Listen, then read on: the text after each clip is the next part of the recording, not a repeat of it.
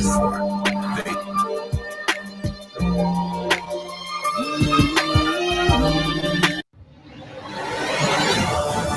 Friday evening, tune in to radio's hottest talk show, bringing you the realest, uncensored conversations with the boldest man on the net, LANCESCURV. Welcome, everybody, to another episode of the LANCESCURV show. Tonight, we are blessed to speak with Sophia Stewart, the mother of the Terminator in the Matrix. And she's a woman that I love. She's a woman that has such great intuition.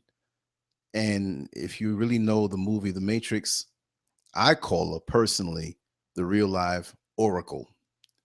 And she's a regular person that's just very gifted, a loving, kind person, but she's blessed. She's just one of those people that just touch you in a special way.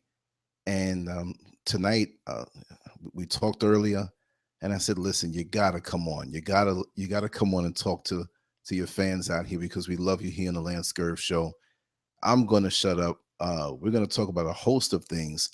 I wanted to ask her many questions, and I welcome everybody to come on in and ask her also after we chop it up for a while. So if you do call in at 888-575-3769, just make sure to mute your phone so that the background noise doesn't come through. And this is going to be nice and slow, and we're going to get deep into things for as long as she wants to. So this is a gift and a blessing. Sophia, are you with me? Yes, I'm right here, but I'm going to have to make some corrections there. Yes. Mother of the Matrix is a tagline. Okay. And I have to tell everybody in the media, it's just like you calling Jay-Z instead of Sean Carter. Or Okay. you calling Diddy instead of Sean Combs. Mm-hmm. It's a tagline. Okay. Now, what my true title is Sophia Stewart, the writer and owner of the Matrix and Terminator movie franchises. Okay. You know why I did that is because on before the show we did before, that's the way you instructed me to say it. So I'm kind of late on that, so I apologize. Oh, I have to correct people all the time because I guess their hip hop is what started all these taglines and tag names, and this is where people get all these taglines from. Right, right. But a tagline only identifies you with your brand, but it doesn't tell the people who you really are. Right. And then another thing I wanted to say, I have to correct you that you said I was a regular person. A regular person couldn't have written The Matrix. Oh, no, I didn't mean it that way, sweetheart. I meant, when I said regular, no, I know. I meant down to earth. No, listen. Yeah. No, listen to me. I know you meant down to earth, but since I'm an author and a writer and I worked for the media, words are semantics. It's very important that you use the correct words because a lot of people will not understand what you're saying. I'm just being honest with you because I work for Channel 13 and I worked for the studios, and it's very important, that we use the right words and everything because these people are already confused out there. And Warner Brothers has all this smear going on. You know what I'm saying? Yeah. And I have to clear up a lot of ignorance and confusion. Yes. And the best time to do it is when I'm doing interviews. Right. Because if you don't do this, you're going to get more. And that's what they're banking on. That's why they do what they do. Right. You know what I'm saying? Excellent. But yeah, I'm glad. Look. Yeah. I'd rather be schooled by you than anybody else. And I'm not, schooling.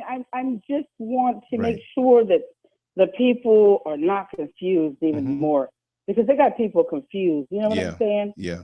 And confusion doesn't come from good or God. It comes from the evil one. And the more confused people are, this is what's going on right now, why so many people are hurt and injured and killed and Black Lives Matter, because they got all these smear things on Black people. They got all this ignorance and confusion out there. Right. That's right. You're right about that. But this is what God was telling us about. you know, that the evil one would come to lie, kill, and steal. And he would bring confusion and ignorance with him. You know what I'm talking about? This is what the Matrix is, these programs. And my whole work and job was to get people out of ignorance, get them out of confusion, get them out of backwardsness, you know, to clarify the truth and bring out more truth. That's all I'm doing. I'm not saying that you did anything wrong. Oh, no, I understand. It's just my job to make sure that no more confusion comes on, that I have to clear up this confusion, you know, because that's what needs to be done in what's going on now with Black Lives Matter. It's just a lot of ignorance and confusion going on. That's why so many Black people are losing their lives. Do you know that? Because of ignorance and confusion. Tell us. You know, where people are lying and saying that Black man has a gun when he has a cell phone. That's a young boy, and they shoot him in the back. You know what I'm saying? Think about that for a moment.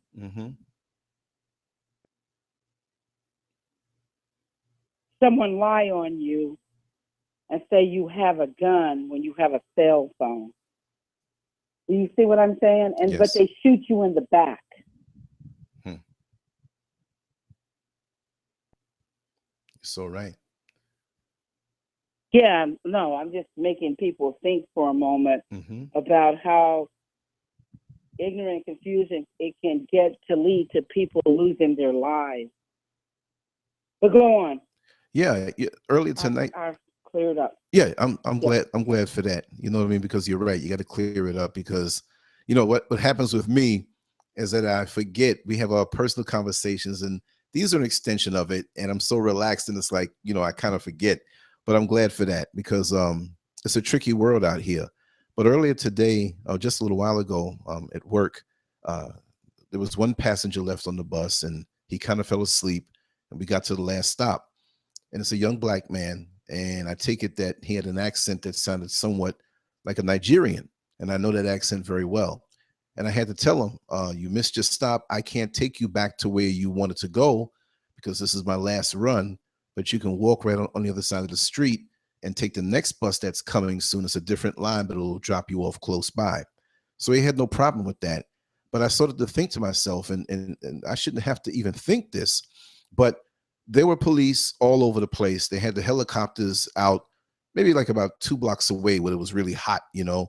And I thought to myself, oh my God, I hope I didn't let this guy off into the street to wait on the bus stop. He was clean looking, had a bag like he was traveling. I said, I hope I didn't let this guy off to die. You know, this is the kind of world we're living in that, you know, the police should be the person and the people that we go when something is wrong, you know, happening or wrong, and we do, but we also have to think, are they going to just kill us? Others don't think this, but look at me. When I'm driving the bus, I feel more safe and in uniform more safe than if I had regular street clothes on. And even then, they still give you those funny looks.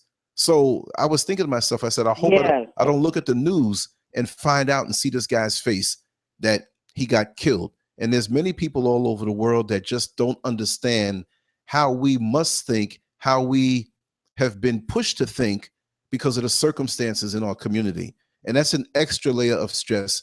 And we as Black people, yes, people all over the world go through stuff.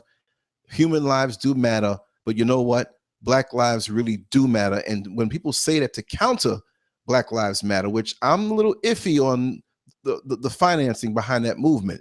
But as far as the saying is concerned, we matter. We're getting attacked and killed more. So other people try to jump and say, hey, well, all lives matter. Well, all lives ain't getting shot down like us. All lives aren't getting snuffed out and vilified in the paper and in the media like this. So I just wanted to hear your thoughts on that, the police shootings, and we're going to tie this into you, and we're going to dip back and forth to the Matrix, of course. But just let's have a free-flowing chat, and we'll have some folks ask some questions.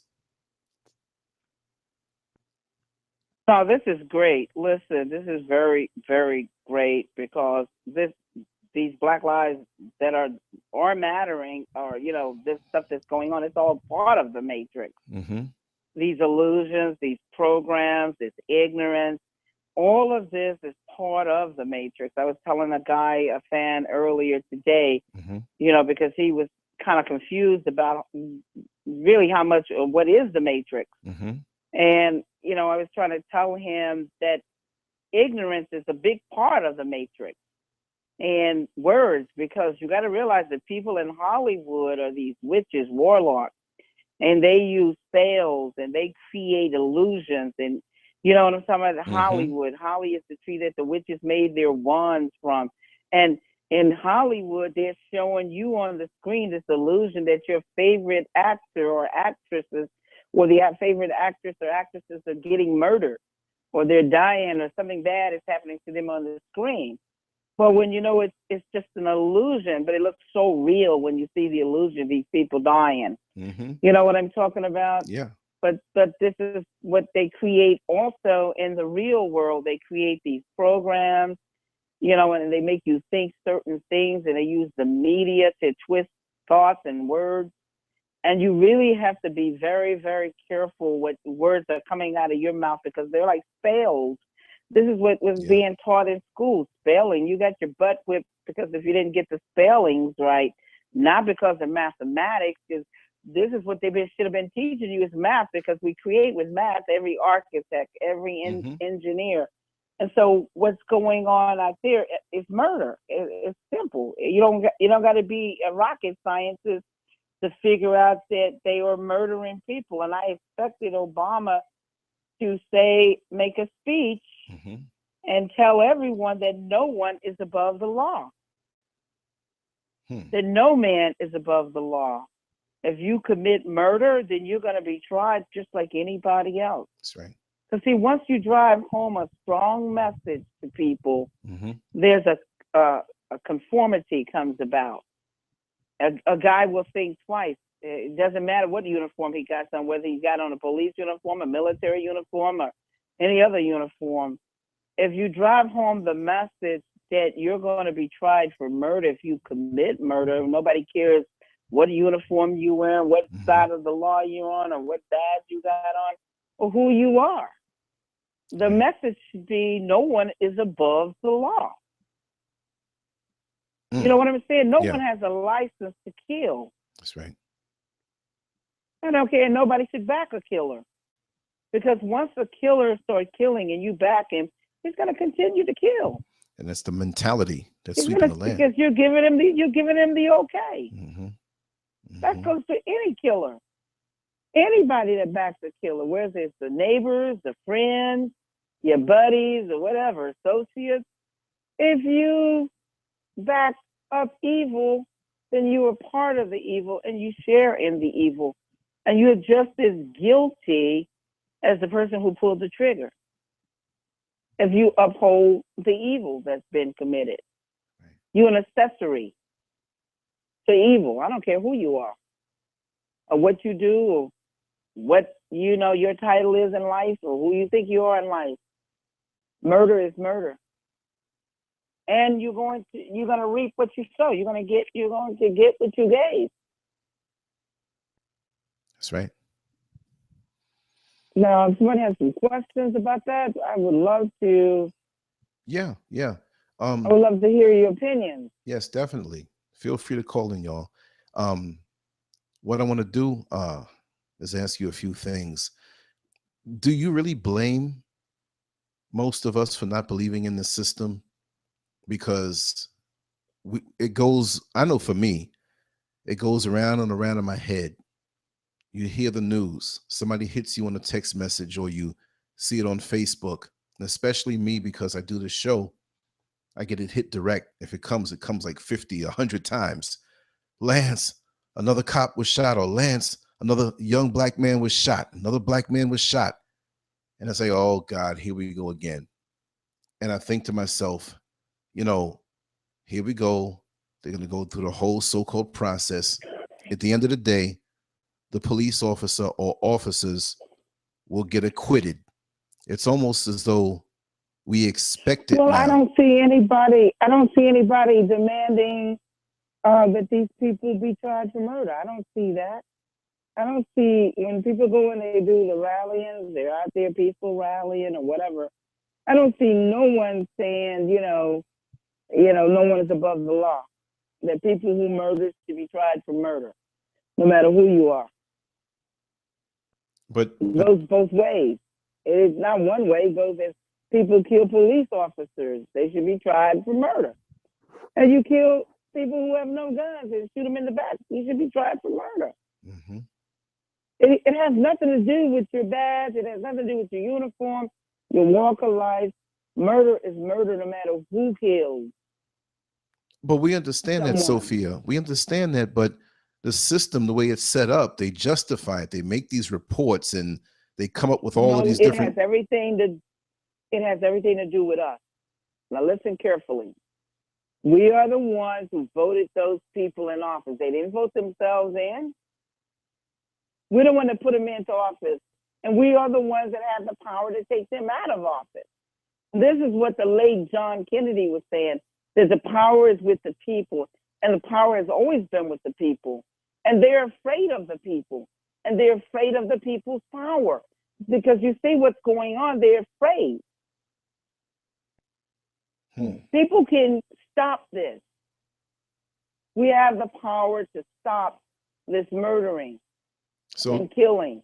So you think it's just as easy as voting somebody out? We have a question. Yeah, getting them out of, listen, if a judge is crooked, get the judge off the bench. If a prosecutor don't prosecute people, get him off out of that job. You have to drive home a strong message to the people who are supposed to be upholding the law. If they're not serving the law and serving the people, then they need to be taken out of their job. And don't tell me that people don't know how to get them out of their jobs. Because if you told every senator and every politician and every person that had these jobs that they were going to lose these jobs if they didn't uphold the law, they would straighten up, because nobody does anything about talking about putting them out of office or getting them off the job. I don't see that anywhere. I have a question for you. What is the spiritual consequences of their actions? Those who kill, especially those who in uniform. Well, those who kill are going to be killed, because that's all it's to it. Whether you get killed today or you get killed 10 years down the road, or you come back and you have to pay through karma, reincarnation, because a lot of people don't believe in that. Or divine justice steps in and you get cancer, or 18-wheeler runs over your car and flatten it, or somebody accidentally kill you. You're going to get what you gave. You're going to get what you've done. You're going to reap what you've sown. And I don't care who you are. You're going to get back what you've given. It's just like a mirror. It comes right back to you. And a lot of people don't believe that. They believe that they can do anything and get away with anything. And this is the system that have allowed people to believe that they can get away with anything, that they are above the law, they're above spirituality, they're above God, they're above man, and money is the God, and it's the ruler, and that's what's ruling. And so therefore you can do whatever you want. I have a statement that I want to read to you, and I'd love to get your feedback on it. Okay, go right ahead. There's some Brother Grooms. The spiritual consequence can only go as far as the beliefs of the person who committed the acts. Look at the suicide bombers. They think they're going to the promised land. What do you think about that? Well, let me tell you, it doesn't matter what a man thinks. It doesn't matter what a man does. He gets what's coming to him. It doesn't matter because you have an erroneous thought. The act is what is coming back to you. Your thought ain't coming back to you. It doesn't matter. You're thinking about heaven when you kill somebody.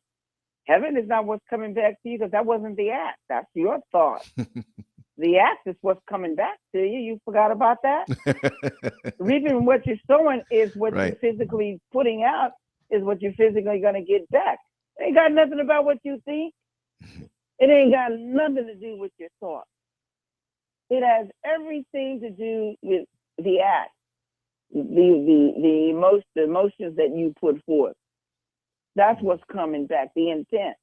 Because the intent means act, means motions, means what you physically did. So it doesn't matter if you were thinking about counting sheep. Sheep are not coming back to you. What you were doing when you were thinking about the sheep is what's coming back to you. You see, if you were blowing up a bridge or you were torturing somebody, that's something you never think about, right? Exactly. Because it has nothing to do with what your thoughts are. It has everything to do with what you're physically doing, the act. Mm-hmm. That's what you're on trial for. So, they didn't put you on trial and say, what were you thinking about when you killed that young black male? You know what I'm talking about? mm-hmm, mm-hmm. So let me They ask don't you. ask you what you were thinking about when you committed a crime. Let me ask you. They're prosecuting you for the act. Is there a way to get away from karma? Is there a way that you can say, hey, like they say in so many religions, like, I repent. I'm sorry for what I did, and you go through the different steps of forgiveness. Do you think that that's possible? You think that's part of the whole plan? You can be forgiven, listen, but you're still gonna receive. You're still gonna receive what you've done. Mm-hmm. It happens like when you change your life. You've done some crazy stuff, and you were really horrible at one time. Then you saw the light. You changed your life. You started living good, mm-hmm. and then here come the repercussions. Right. And you say, "Not now, please, God, not now. Not when my life is going really good." Mm-hmm. That's when it happens. So, do you feel that we're going to deal with everything on this physical level, or there's also a divine judgment after we transcend from this plane? I think that you get your heaven and hell right here on earth. And I think that divine justice steps in because men always think that man's law is the ultimate law that rules. And so most people think that if they commit a lot of murders or commit a lot of horror, heinous crimes and do a lot of bad stuff, mm-hmm. and they get away with it, they don't go to trial, they don't get caught, they figure they got away with it. But then divine justice steps in and it catches you off guard and it gets you. And it's something that you don't expect. Right. You don't expect it to happen. It just happens. Mm. It really does. You see, if you could follow somebody's life, you would see this. Right. There's two people in a car and they get bumped. And they get hit from the back and they get actually bumped, but it breaks their neck. Mm-hmm. And you say, wow, that's a freak accident. What the hell happened for them to get their necks broken and they just got bumped? Mm-hmm. Or you see an 18-wheeler comes and it runs over a car and flattens the car and kills the person in there. And you're like, wow, what could this person have done in their lives mm-hmm. or past lives to deserve something like that? Mm-hmm.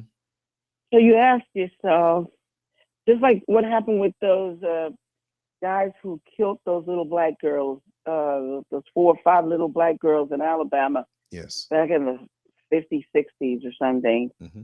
It was these white guys, and they killed these little black girls. They bombed the church and killed them a heinous death.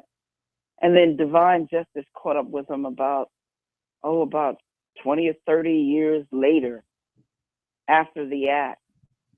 Some of them died from car accidents. Some of them died from cancer. Yeah. And then some of them went to prison at 65 years mm-hmm. old. And if you don't believe me, then go and Google it and see what happened to those people who bombed that church and killed those little girls. They thought they got away with it because in the end, it took like about 20 or 30, even 40 years before it caught up with them. Mm-hmm. So they thought they got away with it. Think about that for a moment.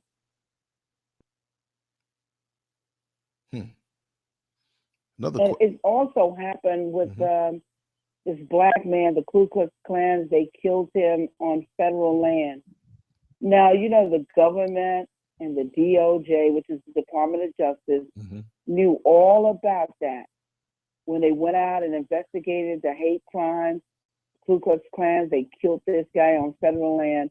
And then about 15 or 20 years later, Connie Chung broke the story, and they arrested those Ku Klux Klansmen that killed that black man. And the feds came in and said they're arresting him because these Ku Klux Klansmen, they knew who they were, killed the black guy on federal land. I say, wow, 15 or 20 years later, but they knew these Klansmen killed the black guy on federal land in the first place. So why didn't they get them, 15 or 20 years earlier? Right. See what I'm saying? Right. But I guess it doesn't matter when it happens, as so long as that it does come and get them. Yes. I guess that's the point. Does it matter if you get punished for what you did immediately, or you get it 15 or 20 years later when it's horrible, when it's the most terrible time of your life? Unexpected. When you thought that you had gotten away, and it's the unexpected. Well, look at the criminals. Look at Whitey Bulger. He killed a lot of people. He was selling drugs. His brother, who was a senator, kept him out of jail. His friend, who was an FBI director, kept him out of jail. And he was paying off a lot of people. And then the FBI wanted this guy, so they got his son, his brother from being a senator. And then they put the FBI agent in prison for murdering somebody. And then they were able to get Whitey Bulger 20 or 30 years later. He was an old man now, because when he had killed all these people, he was really young. But they hunted him down over there in Santa Monica. He was an old man, he and his girlfriend. Yeah. And they got him. Think about that. You're going to prison, and you're going to get raped in prison, and a lot of other horrible things are going to happen to you when you can't defend yourself because you're 75 or you're 80 years old. That's the worst. You might even get killed there, like Jeffrey Dahmer, because Jeffrey Dahmer is a very good case of divine justice catching up with him. Jeffrey Dahmer killed all these guys and people, ate some of their body parts, did some of the most horrific things that you could do to a human being. You're right. And the white racist judge gives him life in prison. It so upset the victim's family members that they tore up the courtroom. Go back and look at it on YouTube. Then he goes to prison, and he's in there for life. And he thinks, well, I'm in here for life. I'm going to get away with everything. He makes a very critical mistake. He's laughing at this guy who's on death row. He's a black guy. And he's already committed, I don't know how many murders. And he's on death row, so he's going to die at some point. And Jeffrey Dahmer and this other guy, white guy, a white supremacist, they start laughing at him.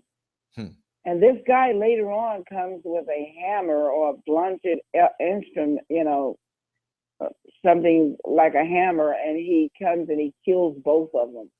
He beats Jeffrey Dahmer in the head with this hammer. Pushes his skull in. Now think about that. Jeffrey Dahmer killed all of these people, in the most heinous ways, and ate some of their body parts, and some of them were young, like 14-year-old little Asian guys, boys and men, young men, and drug them so they couldn't defend themselves. But look at his death. And you guys can look this up. Google it. Don't take my word for any of it. Just Google it. Look it up. And look at that heinous way to die. And the other guy was a killer too. The one that was laughing with him, he was a killer too. He had killed his wife, and they gave him life or something. But both of them died. Both of them die, and this black guy, it's on YouTube. He'll tell you why he killed them and everything, because they were laughing at him. Now think about that. Yeah. He thought he got away with it. Look, the judge, the white racist judge, gives him, instead of the death penalty, gives him life in prison. So he's thinking like, wow, I got life in prison. So, hey, I killed all these people. I got away with it. How about that? Mm-hmm. But never in his wildest dream did he think he was going to die a heinous death, worse than what he did to those people. Because can you imagine being alive and being beaten in the head with a hammer? Yeah. Until you die, crushing in your skull. And I know you guys never think about this, but think about that. People don't get away. They just think they get away with it. Right. They think that man's justice they get away with it. But you didn't know about how Jeffrey Dahmer died, did you? No, I didn't. I really didn't pay any mind. I heard about it, but I didn't absorb it. I don't know what point, I was living a whole different life at that point. But yeah, I didn't make a mental note of it, but I pulled an article up here from the Daily News, an old article, and I'm just going to read a couple paragraphs short. It says, Jeffrey Dahmer, the despised serial killer who gleefully mixed murders with cannibalism and necrophilia, was beaten to death as he scrubbed a prison toilet. Authorities at the maximum security Wisconsin lockup said an inmate apparently bashed in the skull of the twisted slayer of 17 men and boys. A convicted wife killer was seriously injured in the jailhouse attack. A bloody broomstick. Yeah, but he later on died. That's the one that was with him. Yeah. But he later on died because that's why they said he was seriously injured, but he later on died. Go ahead. Yeah, this article was written right after, so I guess he didn't die yet. But it says a bloody broomstick was recovered from the scene where the 3 inmates, all murderers, were on cleanup duty. But authorities wouldn't say whether it was the murder weapon. Families of Dahmer's tortured victims, slain during a horrific 13-year orgy of death and perversion that began in 1978, were forced to relive their pain as his mother shed tears for her son. "Oh my God, my son, how could this happen?" Joyce Flint said. Joint Flint asked hard copy from her California home. Dahmer, 34, who survived an attempt on his life earlier this year, which this was written in, was cleaning a bathroom at the Columbia Correctional Institute when he was attacked between 7:50 a.m. and 8:10 a.m. Central Standard Time. The suspect, whose prison tongs were splattered with blood, was identified as Christopher SCURV, 25. State Prison Chief Michael Sullivan said SCURV was a convicted killer from the Milwaukee area who wasn't eligible for parole until 2042. Dahmer's body was found in the staff bathroom and shower area adjoining a gym at the 600 inmate prison, where he was serving 16 consecutive life sentences. Wisconsin does not have the death penalty. Yeah, but you see, he got life sentences. You see what I'm talking about? And the bloody broomstick, I'm going to supply that for everybody so they can know what the mystery is to the bloody broomstick that wasn't a part of the murder. Right. He had taken that broomstick and he had raped them. He had sodomized Jeffrey Dahmer and the other guy with the bloody broomstick. He had sodomized them also. Yeah, because they were bashing their heads in with the metal hammer. Yeah, because they talked about what he did. Go ahead. Yeah, Dahmer, who drilled holes in some of his victims' brains and kept their skulls as trophies, succumbed to massive head injuries en route to the hospital about an hour after he was found. See that? He drilled holes in some of the victims' brains and so their skulls and kept their skulls as trophies. But he got hit in the head and had massive head injuries. So that's a perfect case of karma coming back to haunt somebody. Yeah, that's what I was trying to tell people.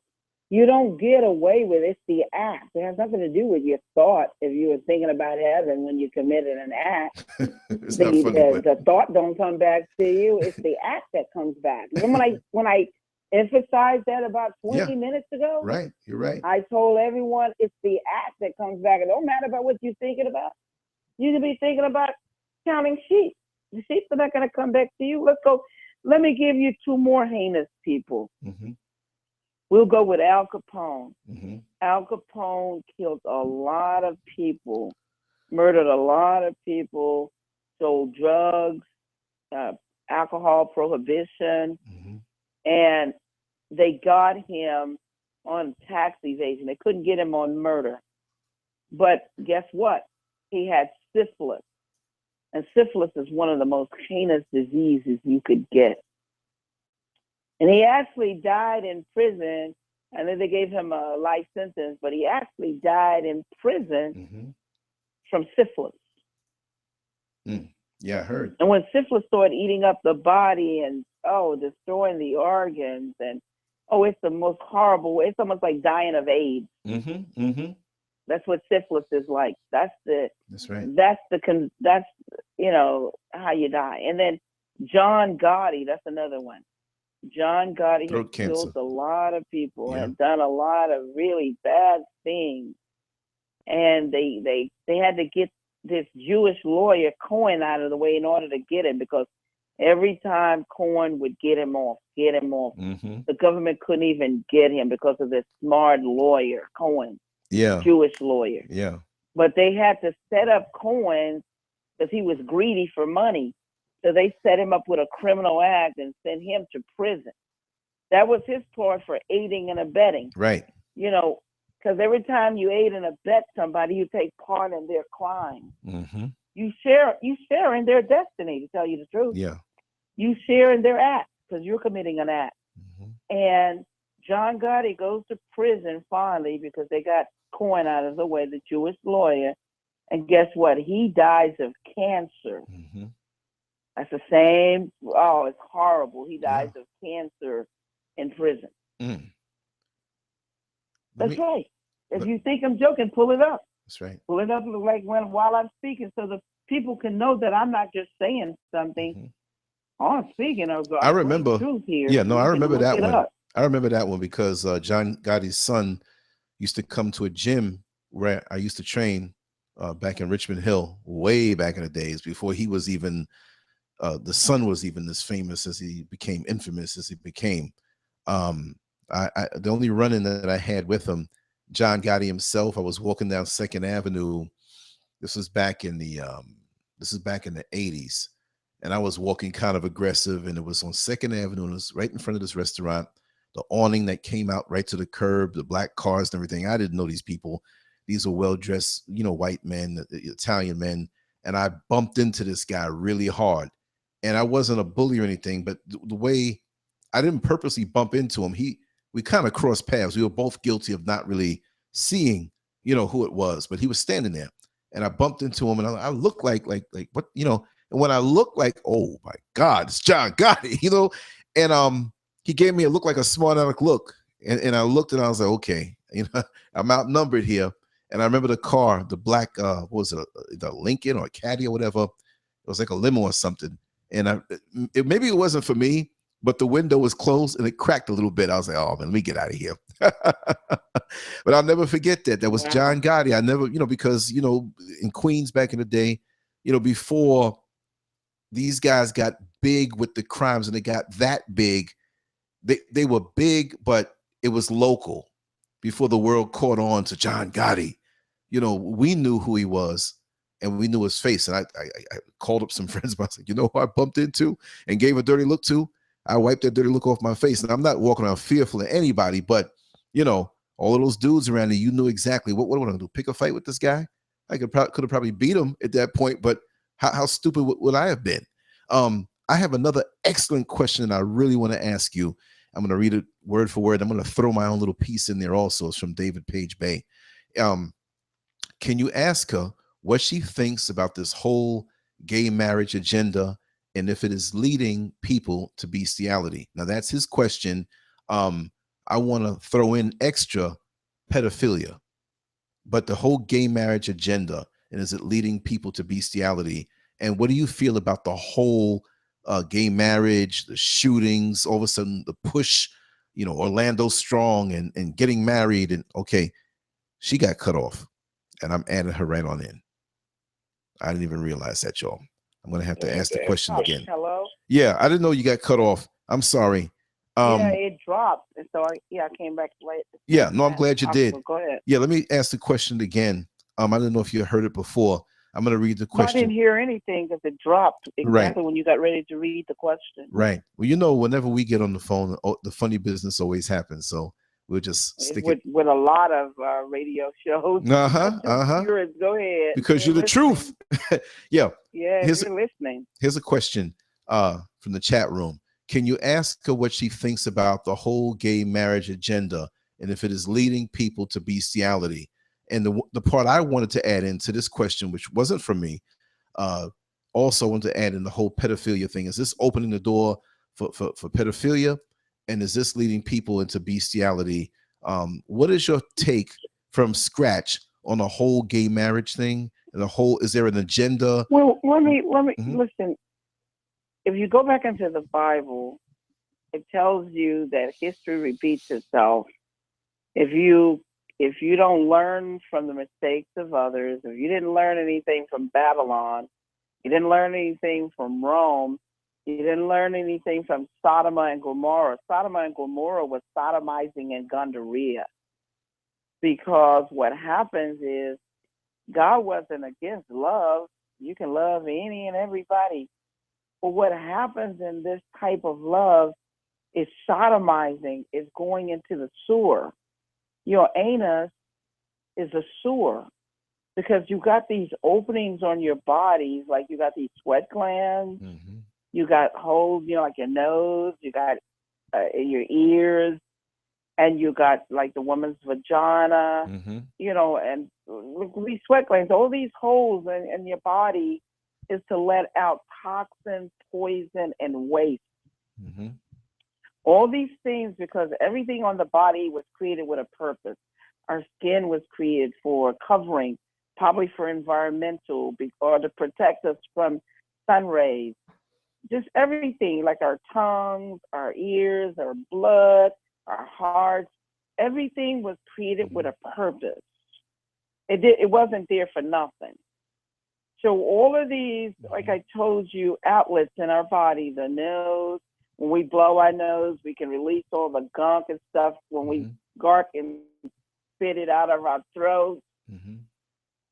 And women, when she, for, her monthly period, she's releasing all these secretions and stuff because she's getting ready prepared for a baby. So to get rid of this waste. Right. So now you're not supposed to take this stuff back into your body. You're defiling your temple because these outlets was created to get rid of this stuff so we can stay healthy, so we can stay alive. So if someone is sodomizing you, they're putting mess back into the sewer, but the mess is going back into your body. And the sewer is supposed to release this so you won't get sick, so you won't have illness. And this is why people get AIDS, and they don't tell you that you're putting bacteria back into the body when you sodomize somebody. You're demonizing, you're sodomizing the body, you're corrupting and making the body filthy. The same way with bestiality. You get with an animal, you're mixing fluids of an animal bacteria and putting it in your body. So this is what God was offended by. That's dirty. That's nasty. That not the love part. You can love anybody. Right. But it's how you perform the love that's unhealthy. Sodomizing little boys, little girls, sodomizing women, sodomizing other males. This is why Sodom and Gomorrah was destroyed. This is why Rome was destroyed. This is why Pompeii was destroyed, and Babylon, all these great places that you read about, because they were creating diseases and sicknesses upon the earth. No man can turn into a woman because he doesn't have a womb. The difference between a man and a woman is a womb, a matrix.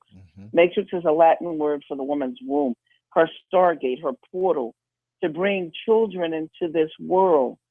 If that cycle of obedience of living and dying is not continued, there will be nobody on earth. Because every time someone is being born, someone is dying. And every time someone is dying, someone is being born. It's a complete cycle. Now, two men when the Bible says men will become lovers of men, two men loving each other is not going to produce any children to continue the cycle. Mm-hmm. Two women loving each other without, and they shut off their wombs, and all the men cut off their seeds by cutting off their penises. Mm-hmm. It's not going to bring anything into this world. In other words, the world ends if there is no more birthing. Mm-hmm. You see, man came out of the woman's womb. The woman didn't come out of the man's penis. Right, right. Or children didn't come out of the man's penis, other than the seed. The womb, the stargate, the woman for 11 weeks, she's creating with blood, water, and spirit a three-dimensional body. Mm-hmm. First, blood, water, and spirit. Then for 9 months, she's creating a physical body. That's the two-dimensional body right there, the physical body, because she's eating from the dirt. And she's creating this vehicle or vessel to house the spirit. And then the soul attaches itself at 12 weeks to the physical body, because this is why doctors won't perform an abortion, Mm-hmm. because at that point they're killing a living soul. They're becoming Right. violations of killing. Then they have to pay for the act. You reap what you sow. You get what you give.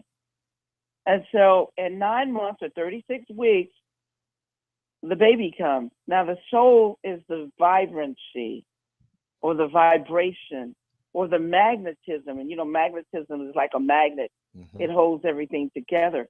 So when the soul attaches to the physical body, which is housed in the blood, water, and spirit, it animates the physical body. It comes alive. Mm-hmm. And then when the body dries up and all the vibrancy or the magnetism is sucked out of there, and you've seen it being sucked out with AIDS, Mm-hmm. you've seen it being sucked out with cancer, you've seen it being sucked out when people get certain fevers and, certain diseases. It sucks out in the body, just turns into a sucked out shell. Mm-hmm. That looks really horrible when all the life is out of it.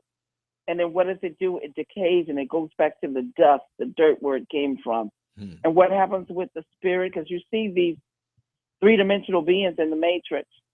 The spirit, it looks just like a shadow body of the physical body. And when you see this shadow body or astral body, if you don't know a person is alive on earth, you think it was a ghost. Mm-hmm. Right. In the Matrix, you see this. And God's children are three-dimensional beings.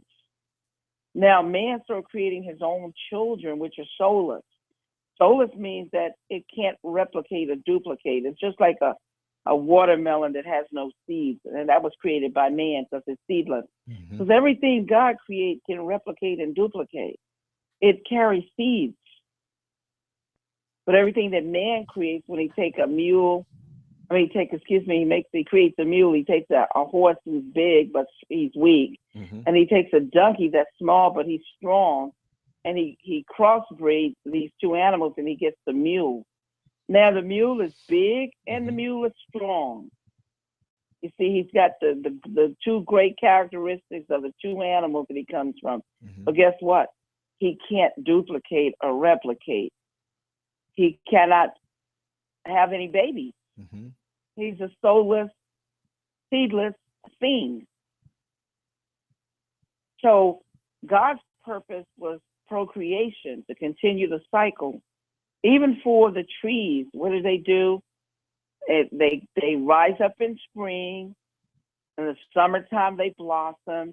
In the fall, they start shedding. Then when winter comes, it's death. But guess what?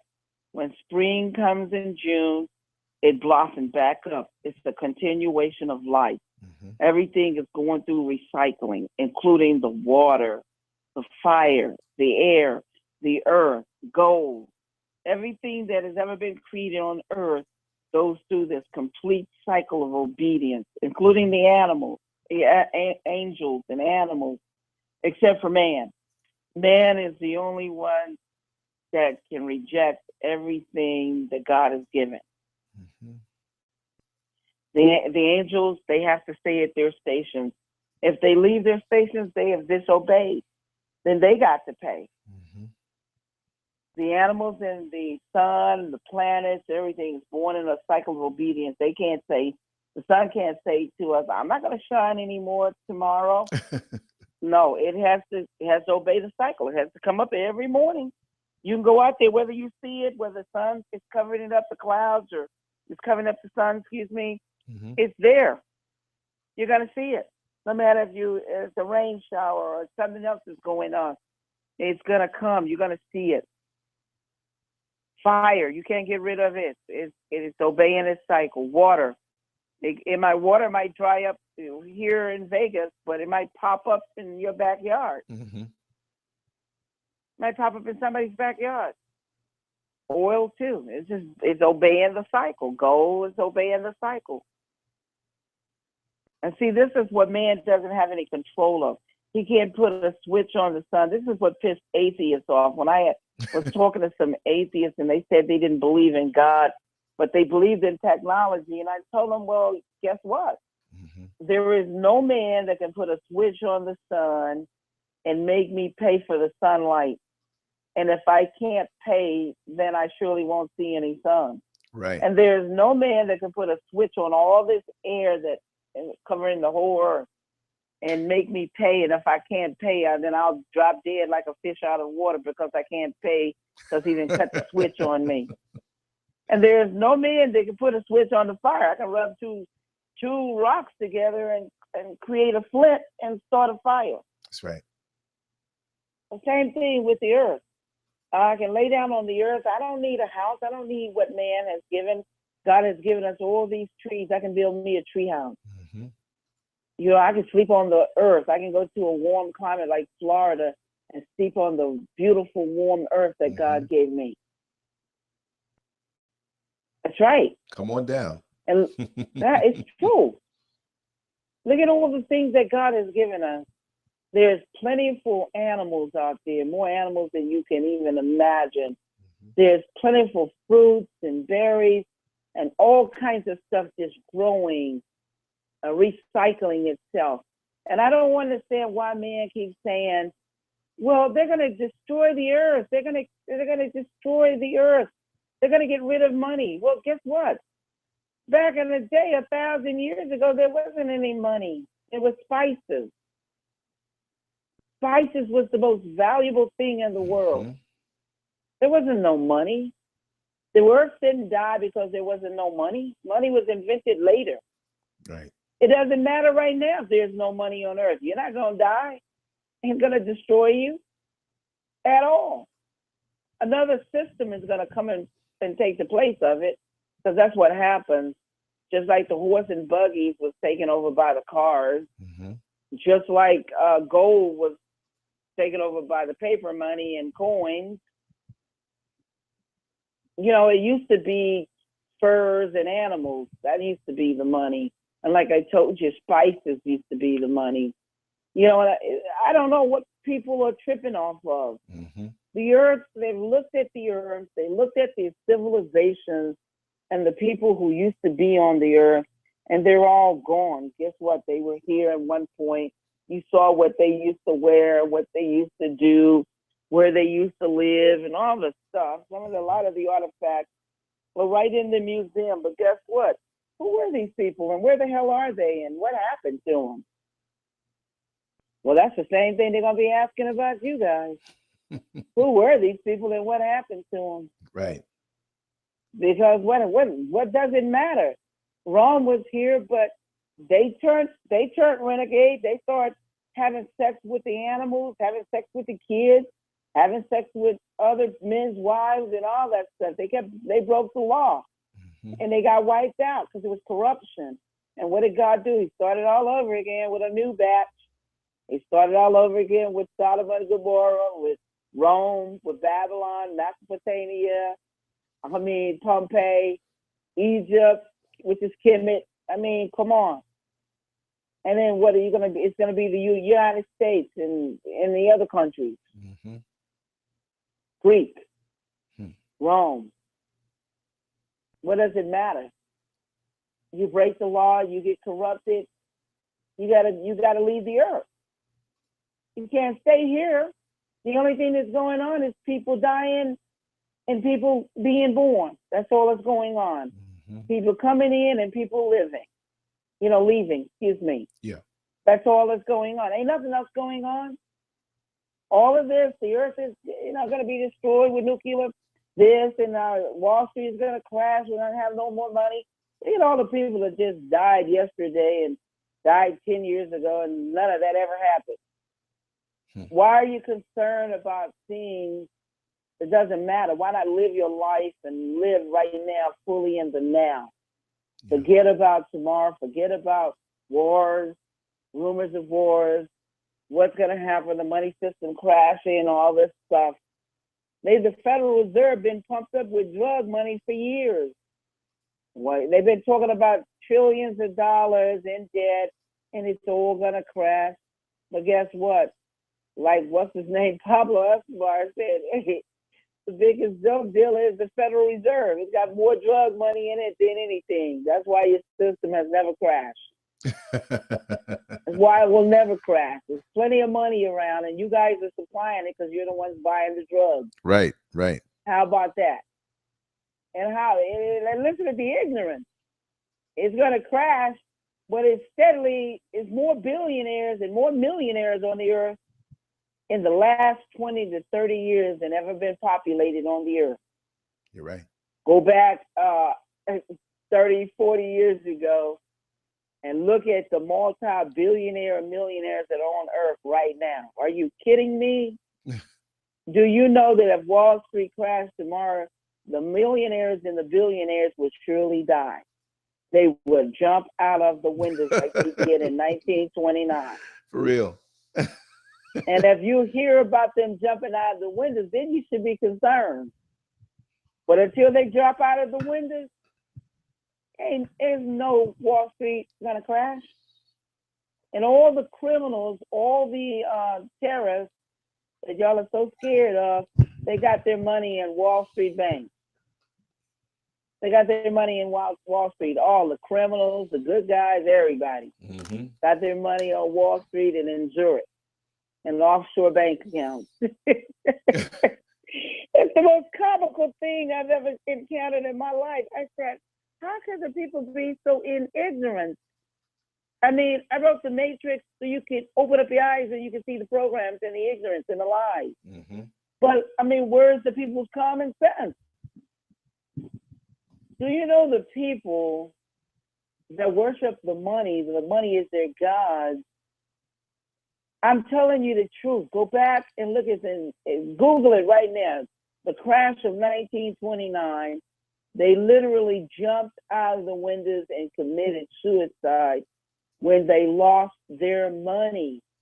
They didn't believe in any creator. They didn't believe in any God, Jesus, conscience, Muhammad, Buddha, whoever everyone worshiped on the earth. They didn't, the Pope, they didn't believe in any of that. They believed in M-O-N-E-Y, money. And when it was gone, G-O-N-E, they jumped out of the windows and killed themselves. That's not funny, but the way I'm seeing it, the way you're saying it, yeah. And that's what a lot of folks need to hear too. Yeah, you could Google it and pull it up. Yeah. Because let me tell you something. The reason why the people don't know what I'm talking about is because they have never looked at history. They have never gone back and looked at history. They've read all these books, but they have never read history. They don't know the history of the USA. They may know other people's history, all the other foreign countries, but look at the history of the USA. It tells you everything. That our system is ran on money. And that these people that run this system love money so much, and they're so dependent on it because they don't believe in God. They do not believe in God. And when you don't believe in God, you better have some money. That's right. That's right. You better have some money, or you better have a job. How about that? So you can get some money. Wow. And I know you guys know I'm telling the truth. Of course. But you know what? I think it's very healthy. that you're saying this because many of us can, know this. And from what I hear, I'm out in the street on the bus all day. Many people are buying into the fear mongering. And now, we have YouTube and there are all these videos out there. And, just because a person uploads a video doesn't mean that they're a scholar or an expert on something, but the fear mongering. And, we have to be careful or concerned. But when you look at it, and like I always say, the birds that are flying, they're going to pick a berry off the tree, and the animals out in the wild, they won't know nothing about what's going on with us. But I think it's very soothing what you just said, and it kind of alleviated a lot of the worry that people have over this money thing. And, well, if Donald Trump gets into office, and if Hillary gets into office, and if the economy crashes, and get ready. My thing, though, Sophia, is okay, the economy may very well crash. My thing is, if there's no food in the supermarkets in the highly populated urban areas, and the money crashes where they don't let you get but so much out a day, and no, it's not gonna go down like that. That's what you guys see in the movies. Right.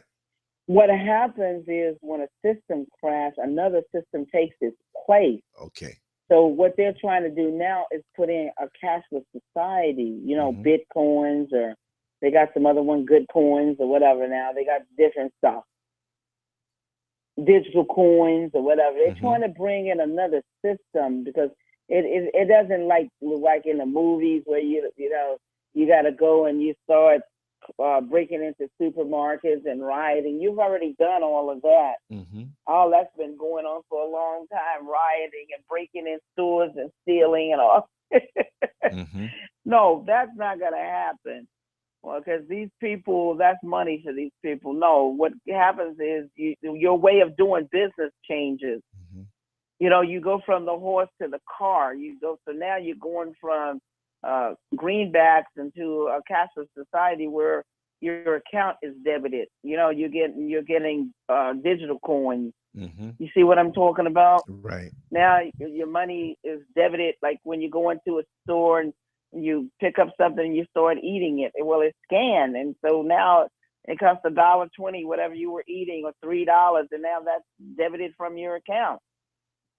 And by the time you come out of the store, you just get a receipt because they got all these scanners all in the sky, all in the ceiling there. You know what I'm talking about? And it's scanning everything you put in your basket and everything you eat and everything you drink. And so when you leave out, well, you got a bill, showing that your account was debited.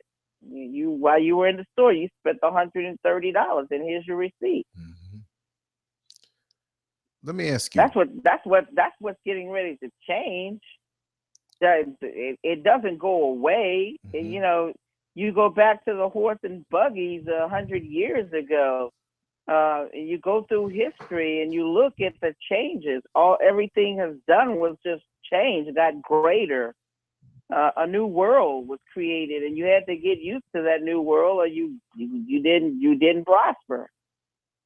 You had to catch up with the computers, and you had to learn computers, and you just got to learn a new way of life. That's all that's going on. The old life is dead, and a new life is coming in.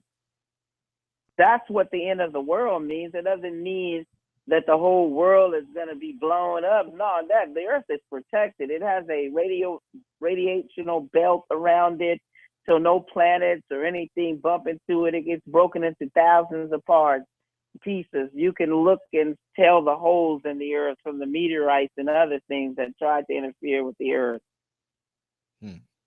And nothing on earth, the earth itself, has never been destroyed. It's protected. The air, the fire, all the elements, they're all protected. The animals, the insects, they die out, and what happens, nothing becomes extinct. What happens is that model is no longer used, and so it elevates in evolution.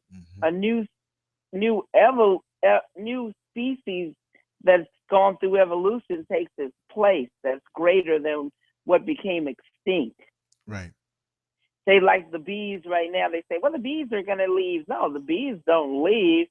Something else comes in that's greater than the bees, evolution, and takes its place because the old one can no longer serve the purpose or elevate for what's going on the earth. Mm-hmm. So something comes in, even like we go through evolution. Every time, every 100 years, there are some people who come on the earth that are brilliant, that are geniuses, that are just super. What I call crystals and indigo children and crystals. Mm-hmm. You know, the indigos are from birth up to 20 or 21, and then from 21 on to 30 are the crystals.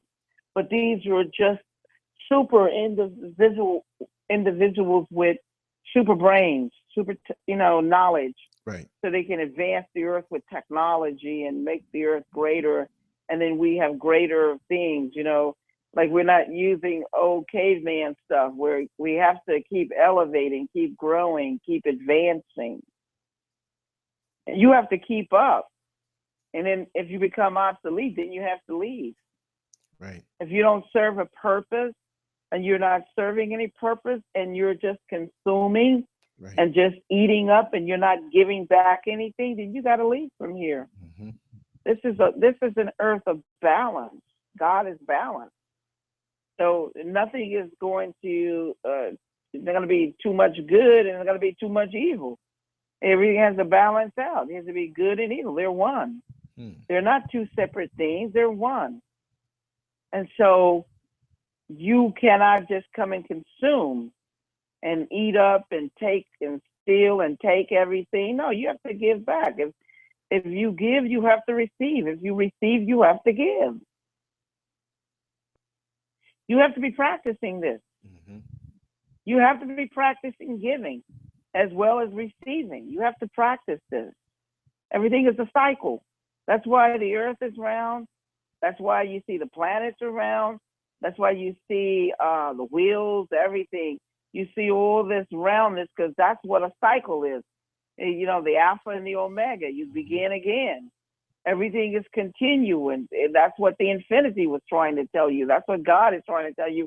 Well, the 8888, two little zeros, one little zero sitting on top of another zero, but in any direction, whether it's vertical or horizontal, God is telling you there's no end to life. He goes on and on and on and on. There is no end to this cycle. And if you're here and you think you're going to be just taking, or you think you're going to be just giving and not receiving, you got to go. I guarantee you're going to leave from here. And it got nothing to do with me. I didn't make that law. I didn't make that rule. Mm-hmm. You could go back in history and look at it if you think it's a lie. Everybody that's locusts and they're just consuming and they're not putting anything back, they got to go. Or if you're just giving and you don't receive, you got to leave. You're breaking the law. You're breaking the law of circulation. You're breaking the law of balance. This is what the natives were trying to tell the white man. He was trying to tell the white man, you can't just consume here and take and steal and not put anything back. Mm-hmm. That's not going to happen. That's not going to work. You're going to find yourself out of here. Mm-hmm. You're going to find yourself gone. Right. And that's for the ones who are just givers. They just keep giving, and they won't receive anything back. You got to go too. Everything must follow the law. And if you're breaking the law, then you're breaking the cycle, and the cycle gets rid of you. Nobody needs to get rid of anybody. If you're breaking the law is going to make sure you're gone. Mm-hmm. That's why you see over in certain parts of the world and country, 85,000 people got killed by a tsunami. Another 50,000 or 20,000 got killed by earthquake. And another 15 over here got killed by, a hurricane or tsunami. And because they're consumers. And anything that becomes a consumer that's just eating and taking and not following the law whether it be animals, insects, or people, or whatever, forces or energy, you got to leave. You can't stay here. If you think I'm joking, look it up. Look it up. You'll find it. You'll see that I didn't make it up. I just observed it. And if you would stop and observe it, you would see it also. You're not going to swarm and take. And you're not going to just be giving and not receiving. It's deep, but it's true. It's a true and real law. And if you don't follow that law, that cycle of obedience, you got to leave. It's not here. The earth is like a big school. And on this earthly school that we're here to learn many things. We're here to learn about love, if you never experienced love, compassion, empathy, doubt, hate, envious, jealousy, wrath, wars, killing. You're here to experience in this physical realm. You need a physical body in order to experience it. You can't experience it in the astral body because that's the spiritual body and it belongs to the void.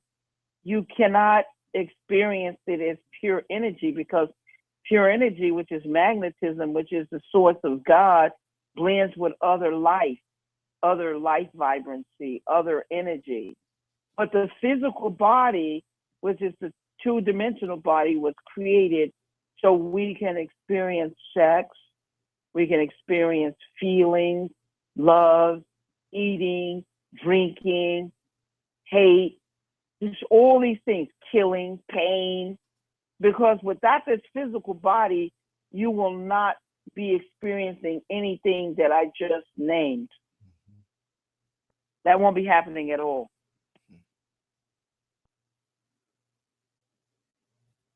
You got to have this physical body in order to enjoy, what the six senses can experience. You need the body. And if you don't have the body, you will not be experiencing anything I just named. You won't be experiencing any drink and how it tastes.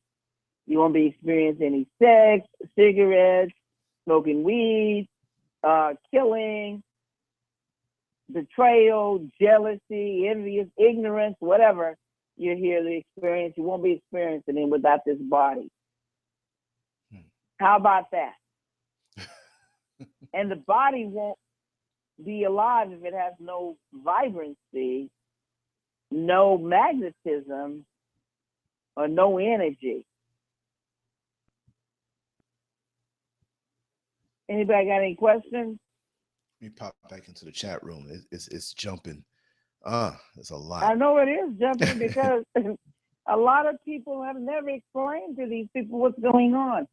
All that's going on is people is getting one side of the story, or pieces of the story, or some of the story, but they're not getting the big picture and they're not getting the details. And these people who are pushing and pumping all this stuff, they're pushing and pumping a lot of corruption and evil for money. It's all about money. They're selling their souls and selling others out for money.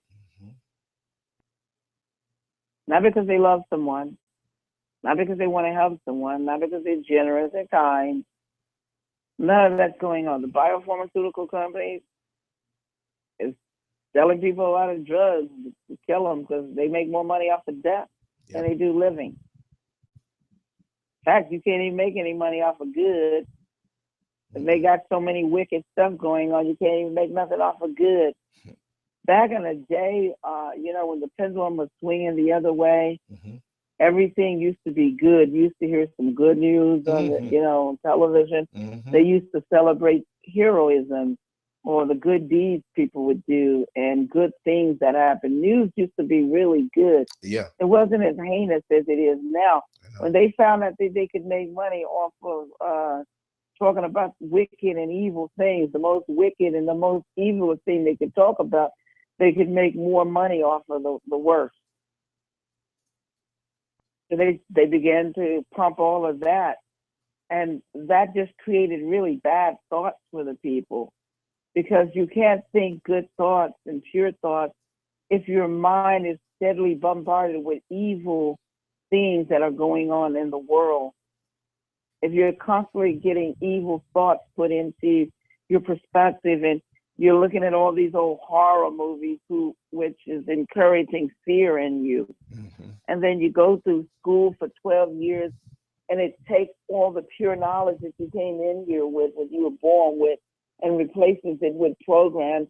So now you're just robotic, like a robot, and all you're spousing is ignorance in a program, and you're mimicking somebody else, and you don't have any original thoughts or original feelings where you could voice your own thoughts and feelings and say, hey, I don't like this because it's wrong. Or, you're just mimicking other voices, other people. Let me ask you. Robotic, like a robot. This question came up several times. Sorry to cut you. I want you to continue with that flow, but I just want to get it. No, go ahead and cut me off, because I need to hear their questions. Tell me about, I'm not even going to say it in any kind of way. Just tell me about abortions. Pro, con, good, bad. We know it's no good to it, but abortions, what happens? Well, like I was saying in details, for 11 weeks, there's nothing but blood, water, and spirit. 11 weeks. This is why doctors perform abortions from, the first time they found out you're pregnant up to 11 weeks. At the 12th week, the body is beginning to be formed in the body. Like a vessel to come in out of the matrix, out of the woman's womb, or stargate or portal. This body is being formed, and so the soul attaches itself to this body. Now, the body is going to take 36 weeks or 9 months, but the process has already started. But the soul at 12 weeks, it attaches, because the soul and the spirit has to have this vehicle to come into this world. You can't come into this physical realm called Earth without a body. And a lot of you never thought about this, because a lot of people think, well, the body is me. Well, the body is just like the car that you go get in. Right. That car is you too. It's yours, it's you.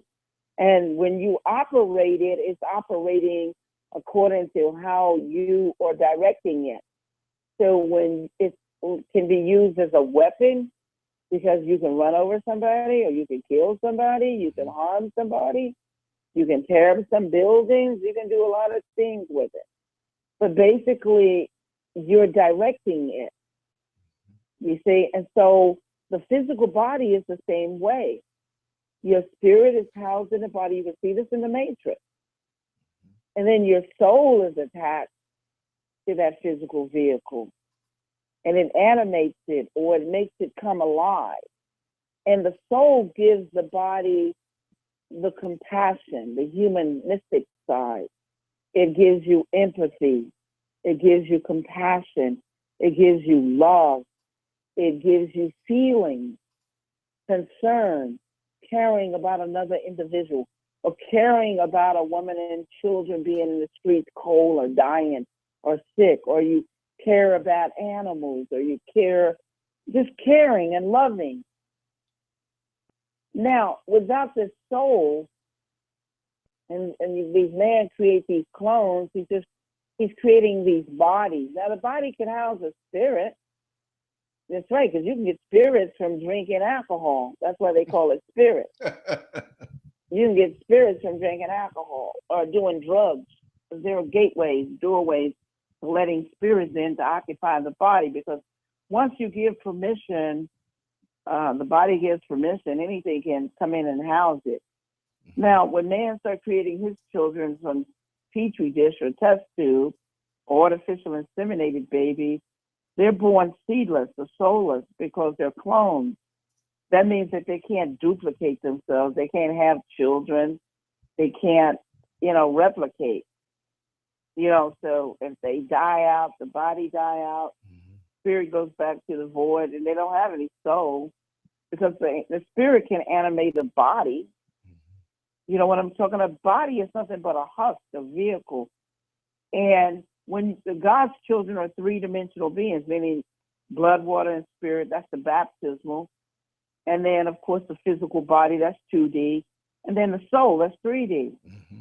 Now, everybody walking around here on earth are not three-dimensional beings. There are some that are one-dimensional beings,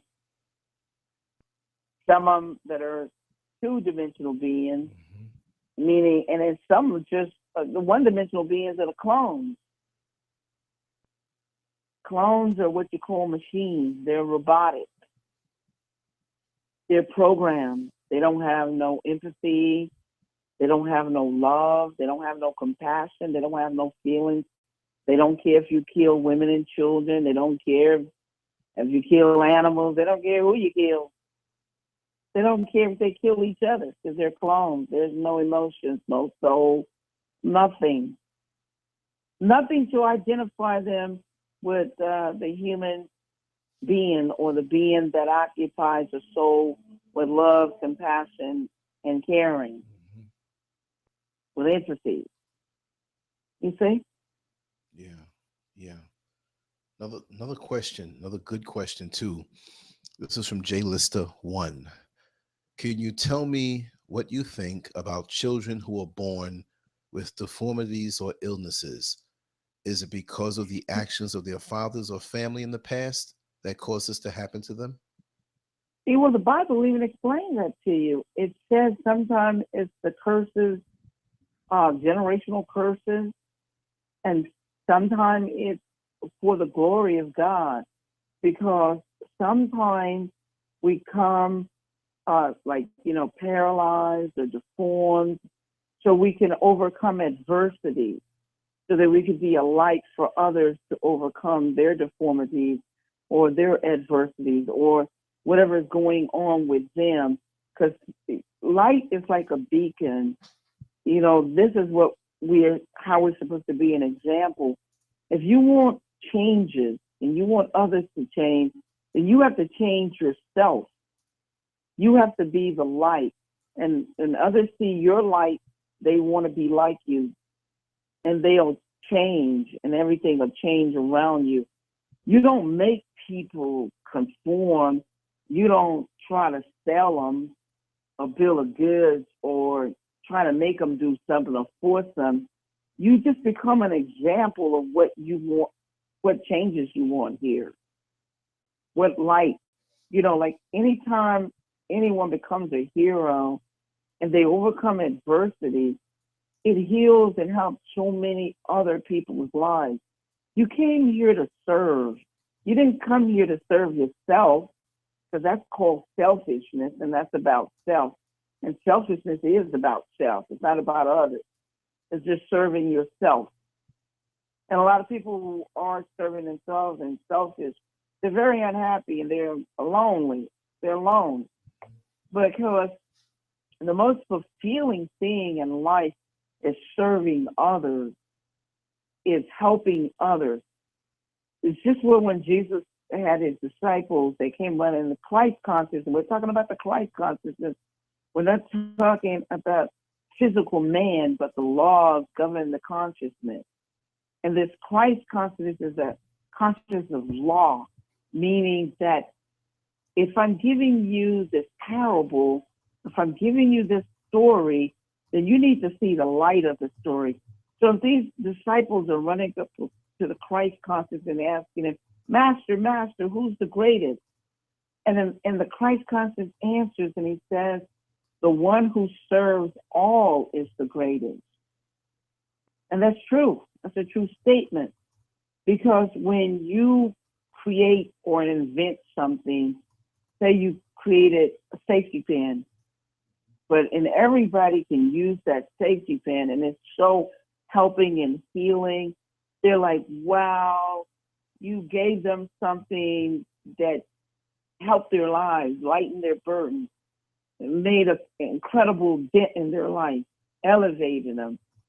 So they make you rich and they by giving you money, and they worship you because you are their hero. You saved their lives, you healed them, you gave them love. They celebrate you. This is how people get celebrated and why they become rich and famous. Because if you're a singer like Michael Jackson and Prince, and that voice gave healing and love upon the earth, light, and elevated it made you happy. It changed your life. And this is why you shouldn't be looking with your gifts to serve your purpose because you want to be rich and famous, because that serves no purpose, wanting to be rich or famous. You can't go out there and think you're going to be rich and purpose because you want to be rich and famous. You got to go out there with a purpose to serve. Find some invention, something like the man that did Hershey chocolate. And this chocolate is so delicious, it's healing, and it helps people and makes them happy. So you go back and you look at all the great inventions, and you see how all these great inventions, whether it's a vacuum cleaner or a traffic light or building a house, all of these people who have created these things have given something that is memorable, that's healing and helping on the earth. And that's what you should look for. You should look at your gift, your talent, and see how best you can serve. Because the greatest thing in life is serving and giving. And when you give, and the more you give, the more you receive. That's right. The more you give, the more you receive. And it just triggers off all kinds of gifts and wonderful things, by you giving. By you giving a little of your time. It doesn't have to be about money. It's about giving. If you go into a store and you see a person's name tag, and it may be Bobby, Billy, or Barbara, Sue, or whatever, you say, "Hi, Bob," or "Thank you, Billy," or "Thank you, Sue." That little gesture of kindness uplifted that spirit, soul in the store. Or you see somebody in a wheelchair and you open up the door for them. That act of kindness elevates and triggers so many phenomenal things to come to you.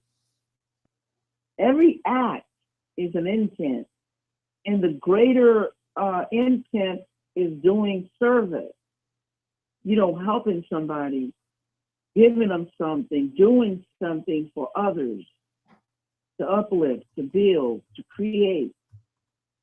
This is the greatest. Believe me, by far the greatest thing that you can ever do upon the earth is creating and giving, creating something that's going to heal. Even if you create a new kind of vaccination, or a new kind of drug, or a new kind of bandage, or a new kind of something that's going to elevate and heal people. You know what I'm talking about? All of this stuff is so phenomenal. I can't begin to even explain it. Instead of emulating and copying off of others, I want to be a rapper because I see Kanye as a rapper.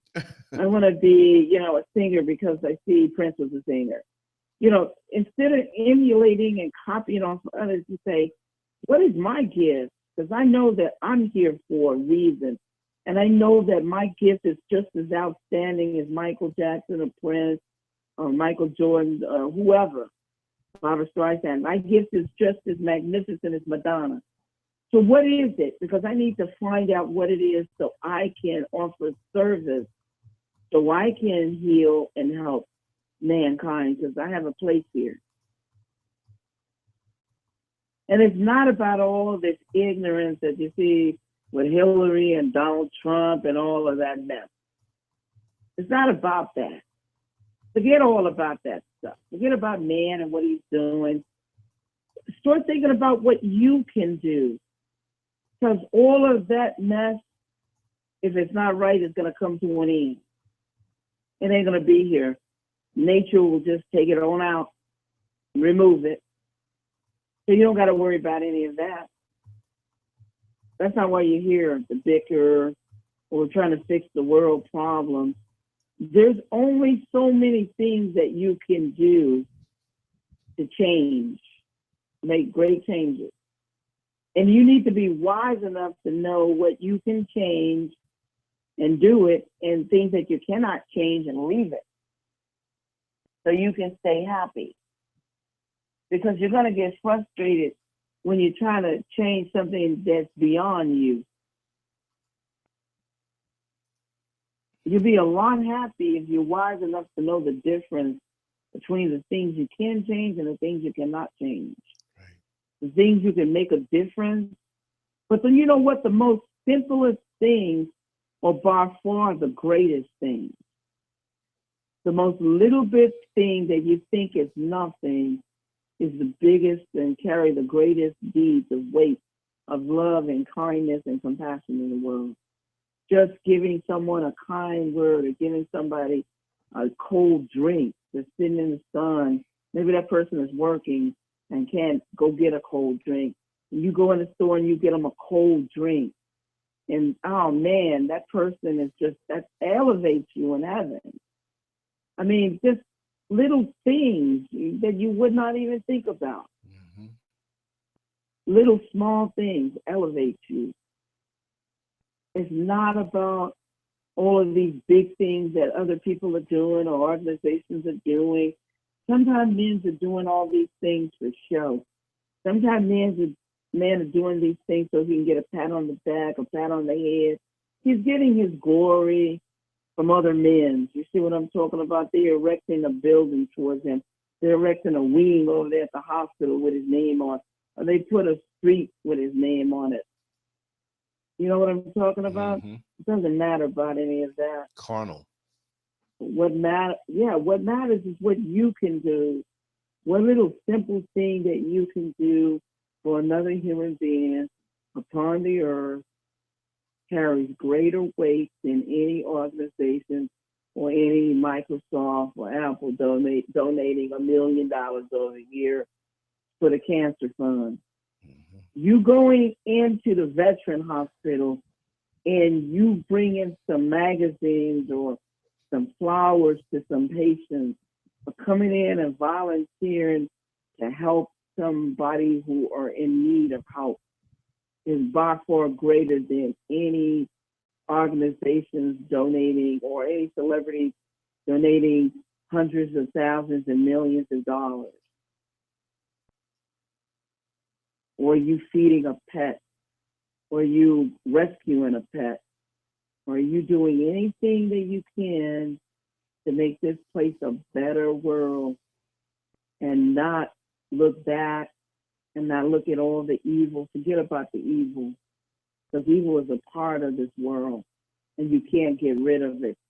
And once you learn that you can't get rid of it, that good and evil are one, that is no duality, a duping, a duplicity, a deception, that everything is one and all you need to do is go in the right direction.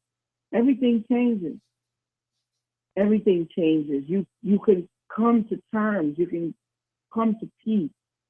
You can come to love yourself and love others. Because everything that the news is getting you involved in, with the terrorists and with this voting stuff, forget about all that. That's man-made stuff.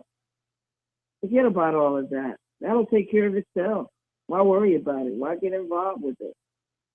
Look at all the things that you have here by nature that you can be doing, that you can be creating, that you can be living. Live your life.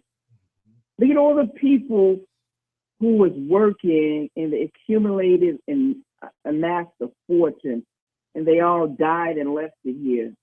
300 million, $1 billion, 150 million. Doesn't make any sense. It doesn't. Live your life. Enjoy the money. You can't take it with you. All you got is what you have right here, right now, enjoying your life. Spending the money, having a good time, loving and enjoying your friends, going out with them and enjoying them while they're here, because they might not be here tomorrow. Right. You got to think about that. Enjoy life. Spend money. Don't have no fear. It's going to come. You're going to be taken care of. People that become homeless is out there for a reason. There are wealthy people that are homeless. I know it blows your mind. There are professional people like doctors that are homeless. There are people who are dealing with guilt, pain, shame, and a lot of things why they're homeless. They're not homeless because they don't got no money. There were lots of women that were out there that had money that was on them, that was found on the bench, thousands and thousands of dollars on them. You think I'm joking? Look in New York. Yeah. Go to the archives and pull it up. Homeless people found with fortunes on them. People are not homeless because they're poor and they don't have jobs. They're homeless for other reasons, and this has never been talked about. Then there's a lot of people who are pretending to be homeless and pretending that they need money. They're these panhandlers, professional panhandlers, professional beggars. It's true. But they don't realize that I look at some of the professional panhandlers and I crack up laughing because they don't even know that it's harder to go out there in that sun and cold to beg for some money than to work a simple 9-to-5 job. A 9-to-5 job is much easier. I'm not joking. Even the con artists, they don't even realize that that work is so much difficult and so much greater. And it's harder. Mm-hmm. It's harder to con somebody and to be a professional beggar or whatever. That's some hard work. Yeah. Oh, Joe. There's no guarantee you're going to get the money. Hard work. There's no guarantee. Well, this is the deal. You're your own boss. You're self-employed. You have to get up and make yourself go. You got to dress for the part. You got to stand in the heat or the cold. And you got to convince somebody to give you something. And if you're not good at it, you're going to end up, like you said, with nothing. Right. But it's almost like acting. The better actor you are, the greater money you get in accolades and awards. That's true. Yeah. Because you're convincing people. It's true. Very true. People don't think about it like that. But it's very real. It's hard to be a phenomenal, exceptional actress or actor. It's hard work. Mm-hmm. It's not easy. That's why they get paid a lot of money. It's not easy. Anybody cannot do that. It's the truth. And you can tell how great they are by the pay, because each one of them in the field of acting are getting different amounts of money. And you can tell all the best ones by the amount of money they're getting. And you can tell all the ones that are not that good by the lack of money they're getting in attention. Question. Yes. Yes, I have a really deep. I'm gonna see how he said it again. Proof of God. He wants you to prove to him that God exists. I already told him that God exists, because can you put a switch on the sun? Can you put a switch on the water and make it go away and then charge everybody? Mm-hmm. Can you put a switch on the air? Or whoever is out there that wants the proof, bring me the sun. If there's no God, then you man, and you supposed to be God, or you supposed to be over everything, bring me the sun. Put a switch on the air right now and make everybody pay. Can you do that? Can you stop the cycle of life? Can you stop people from dying? Can you stop people from being born right now? Can you put a switch on it? Show me that God does not exist. Prove that to me right now. Prove that to me. I'm waiting on the answer. Good one. Someone. Well, it's true. It's true. He said, prove God. I don't have to prove God. He can't even stop the sun from coming up every day. He can't even stop nobody from dying, and he can't stop nobody from being born right now. And yet he told me to prove God exists. Can you prove God does not exist? Should be the question. Mm-hmm. Next question. If you have a baby with a clone, does your child have a spirit? I don't know. Unless you have a baby with a clone, because a clone is soulless. It has no seed. So I don't know how you're going to have a baby with a clone when a clone has no seeds. Now, that's a dumb question, because can you have another watermelon if you had a seedless watermelon? Because the seeds from a watermelon drops upon the earth, and then more watermelon grows, or you create, here's planting the seeds and growing more watermelons. So can a seedless watermelon have any babies?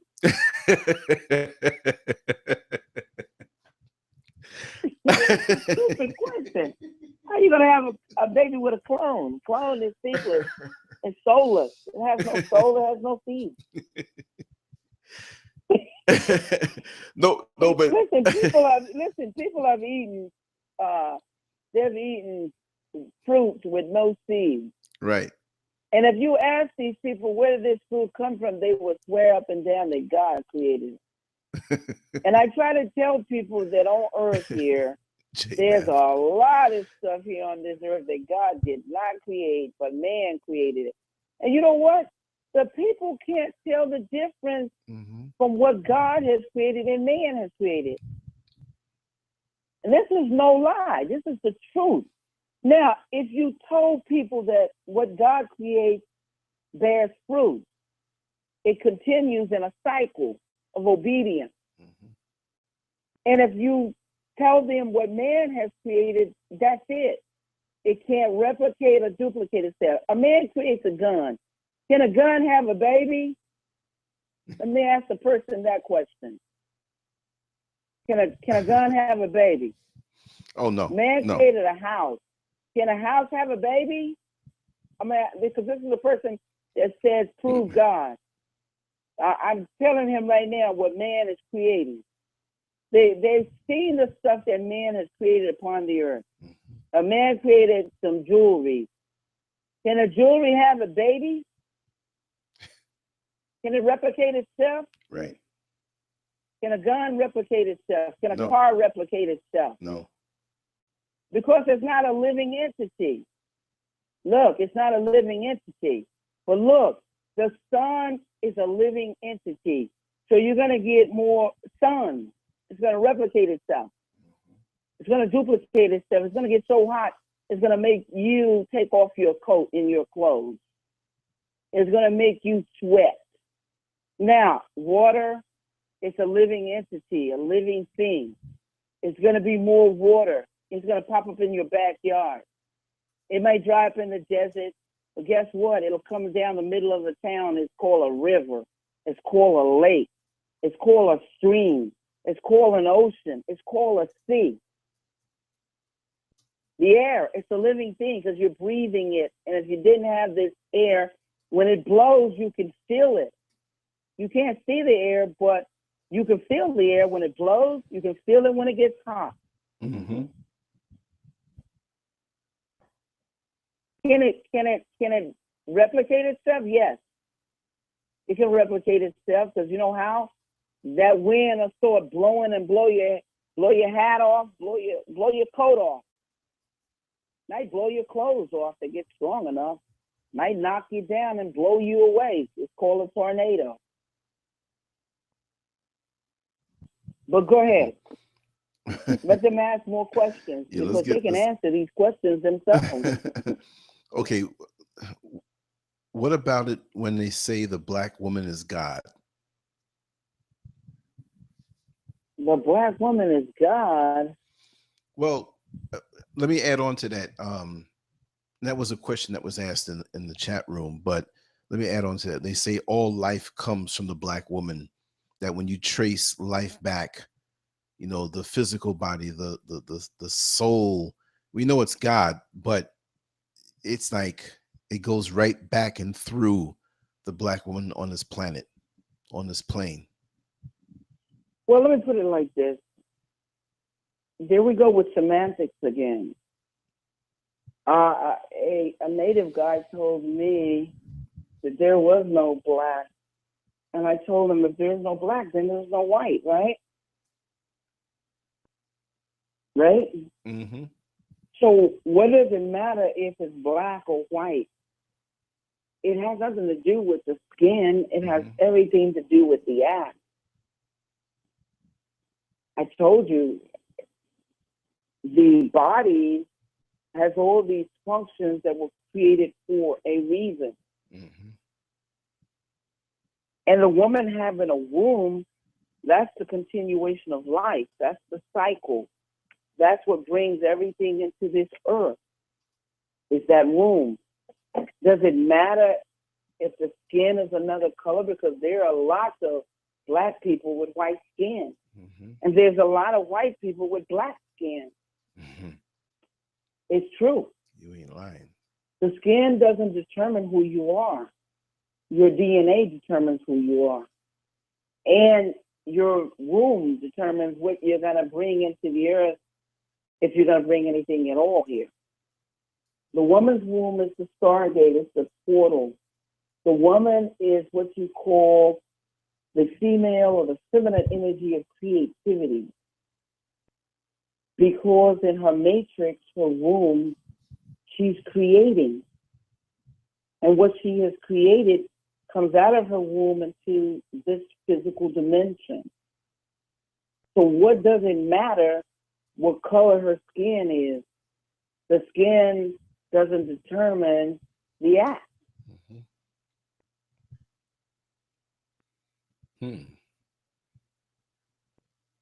Let me ask another question that you already covered on our previous YouTube conversation, but I think it's necessary at this point. I'm also going to run to the bathroom while you answer the question. So if you don't hear me saying it's because of that. I'm just going to take 3 minutes and do that. But I want you to touch on this and flow until I come back.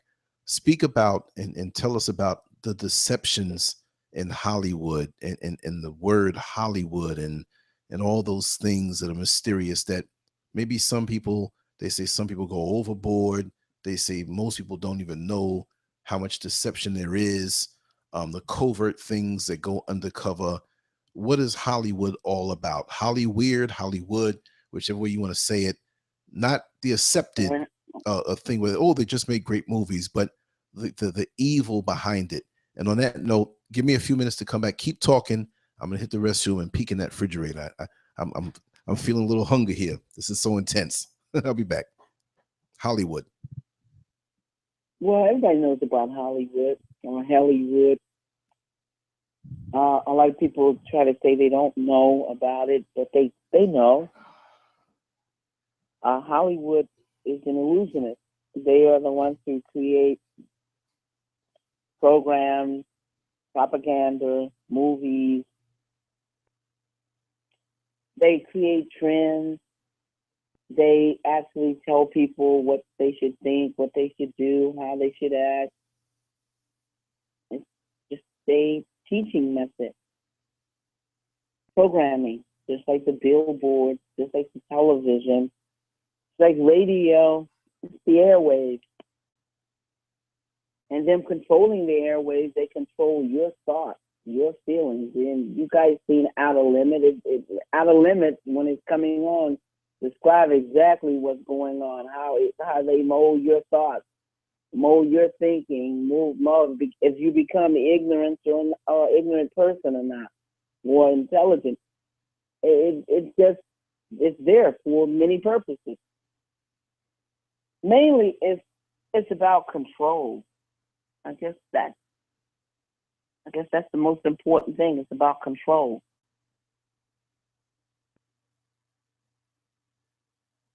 They get to control what you think, what you buy, where you spend your money, how you act, the whole 9 yards. You're programmed the moment you come right out of the mother's womb. You have full knowledge, and then you go to school and they insert the program. You're getting the program for 12 years, maybe 13 years, because you go from kindergarten to 12th grade. That's 13 years.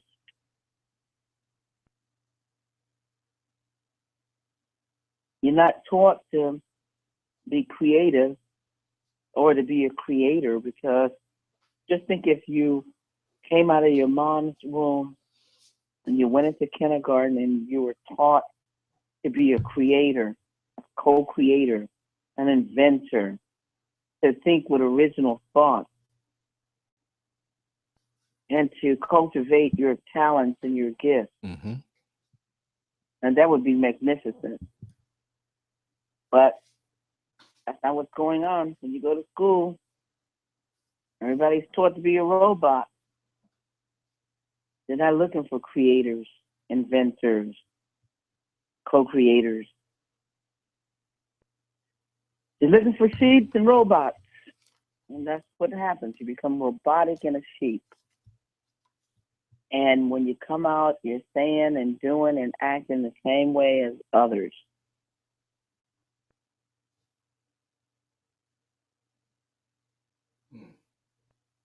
And you control. From birth to death, you control. You tax and you control.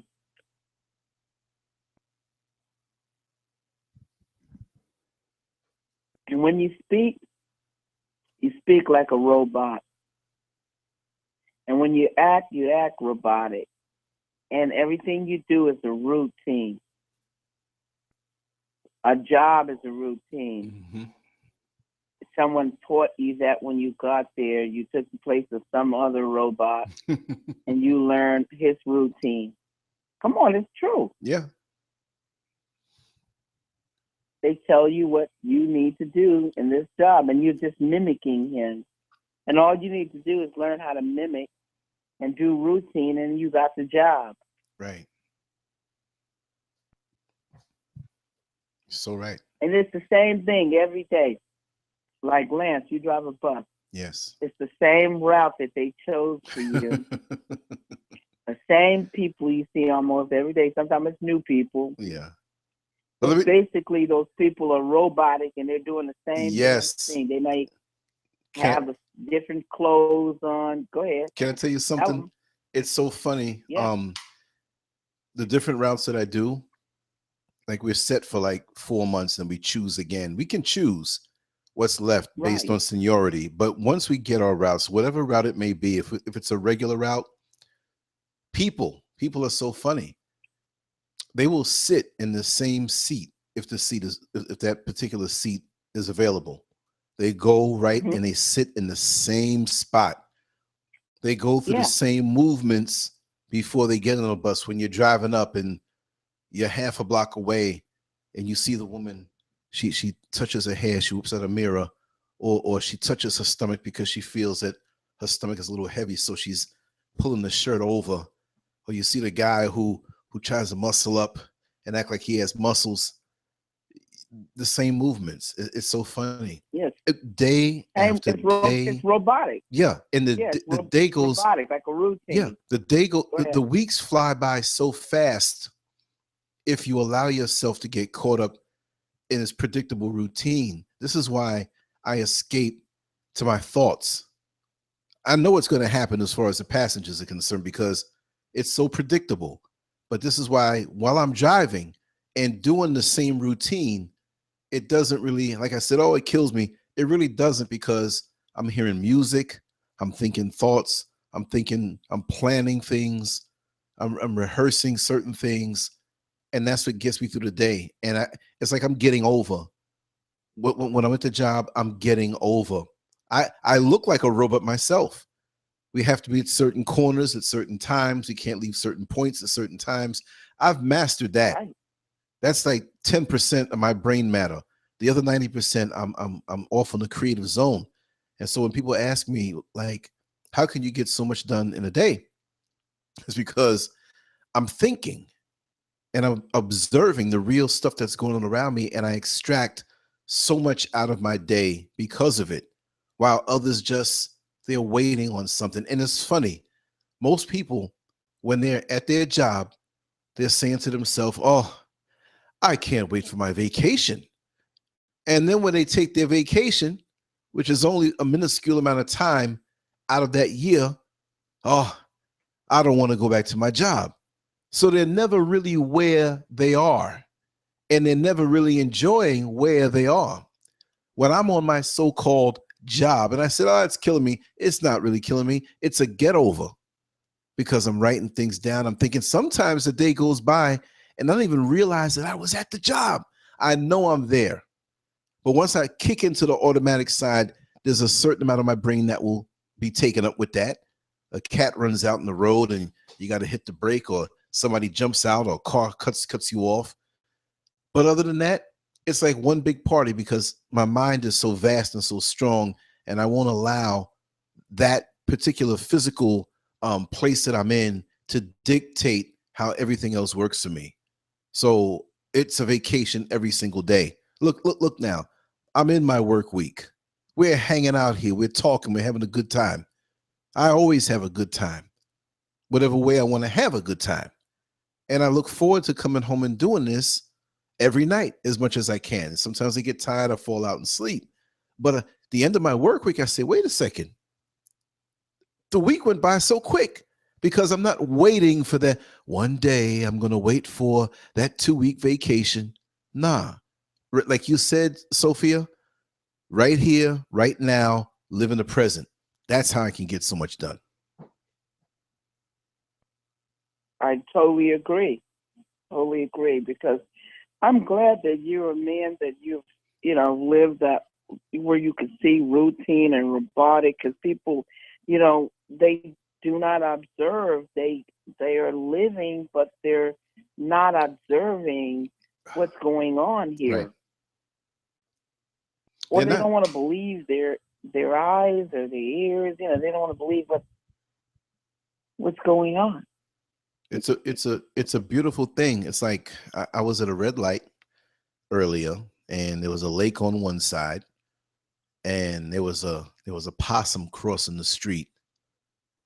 And for that moment, I wasn't even on the bus. I'm looking at the lake, and I can see how infinite it was. That one moment, I'm watching this possum, and I'm thinking, like, what is reality like for him? He gets to hang out by this lake. I'm not saying I was regretting it because I was on the bus, but for that 1 minute that the light was red, or 90 seconds, whatever it is, 2 minutes, I'm sitting there looking at that lake. I wasn't at the lake. I was just a few feet away from it. But that was a mini vacation for me, in a sense, that whatever was brought to me by the routine of the job or the attitudes of the people, the toxic people, so many, they are wonderful people too. And I have to also say that I feel energy from people, even before they open their mouth, even if they don't have a certain expression on their face. I can sense evil. I can see happiness. I can see confusion. And a lot of people, it's almost like they're like when you try to pull somebody out of the water, out of the lake, they're drowning, and you throw a rope to them, or you put your hand out and they will pull you in. There are many people out here who they see that you have this peace within yourself, and you're void of the drama. You're at perfect peace. Now, it's not always where you're at perfect peace, right? There's always things that as humans, things come to attack us, but they could sense that you're balanced, that you got your nutrition and you're digesting it, that you're thinking a good thought and you're thinking something projected for the future. So you're looking forward to the future. You've worked out things in your past. You see, they could sense this balance. They could sense this harmonious feeling with everything around you. And when they didn't do their homework, and when they didn't have their stuff right, they come to want to fill you up and pour the confusion that they have into you to relieve them of carrying as much confusion. That's something that I sense and deal with all the time. See? So sometimes to trick those types of spirits, I have to feign my own confusion as a facade. So they look at you and say, he's one of us. He's just as confused or angry or whatever. You have to be even deceptive to maintain your peace of mind in the day from these people who just briefly come by you and just try to start and just try to take you out of that peace that you have.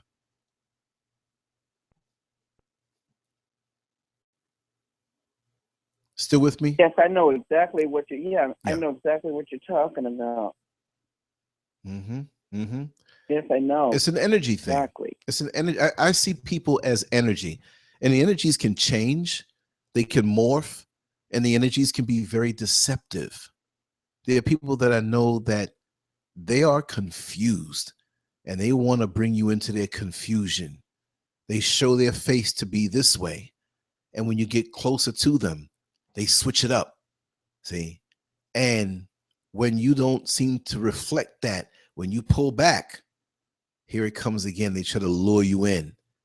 It's crazy. So when you have 3 or 4 entities like this that have different energies about them, it's a wonder why people come home and they say, I had a terrible day. And their spouse may ask them, or their friend may ask them, well, what happened? I don't know. It's the sum total of that wear and tear that people poured into you something. If you allowed it, if you didn't have your guard up for it, if you didn't see it. And there are good people out there that want to pour into you, that if your guard is up against them, you won't receive the goodness that they have for you. And it's an exchange, you see. But you better budget your love. You better budget the happiness you share, because there are people who will take it and don't even appreciate it. They just want to keep you in that merry-go-round. I don't know where all this. See, when we start talking, it gets me into a zone. But do you understand what I was kind of saying? Yes, I do. Yes, I do. I like when you go into this zone, you know, because you're really letting people know, you know what I'm saying? You know, you're letting them know from a reality, from experience, you know what I'm saying? You're experiencing and you're observing and you're noticing things, you know what I'm talking about? You're like, you know, that's what living is. Exactly. Is being, you know, aware of your surroundings. And it's a lesson. A lot of people are not. Look at this. People that's playing those Pokemon games. There was some people try to rob them here in Vegas. Did you know about that? No. Tell me about it. Yeah, they tried to rob them. They were playing the Pokemon game at 4 o'clock in the morning and went to a park playing it. And then a guy pulled out a gun and tried to rob them. And then another guy had a gun because, you know, you can carry guns in Vegas, you know, on your, like in holsters and everything, as long as you have a permit. So it just happened, but still, they got off about like 10 or 12 shots between the two of them. But nobody got hurt, nobody got killed. But the guy said, well, you know, that's weird. Why would we go at 4 o'clock in the morning at a park playing a Pokemon game and not expect to get robbed? Come on, that's common sense. They were thinking because nobody goes to sleep in Vegas, why not go at 4 o'clock in the morning?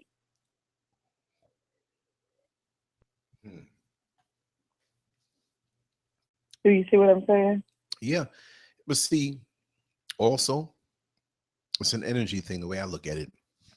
Also, it's like I'm a free spirit. Yes, I do have to jump through the hoops, because in this world, there's a certain rhythm you have to adopt when you're in the system.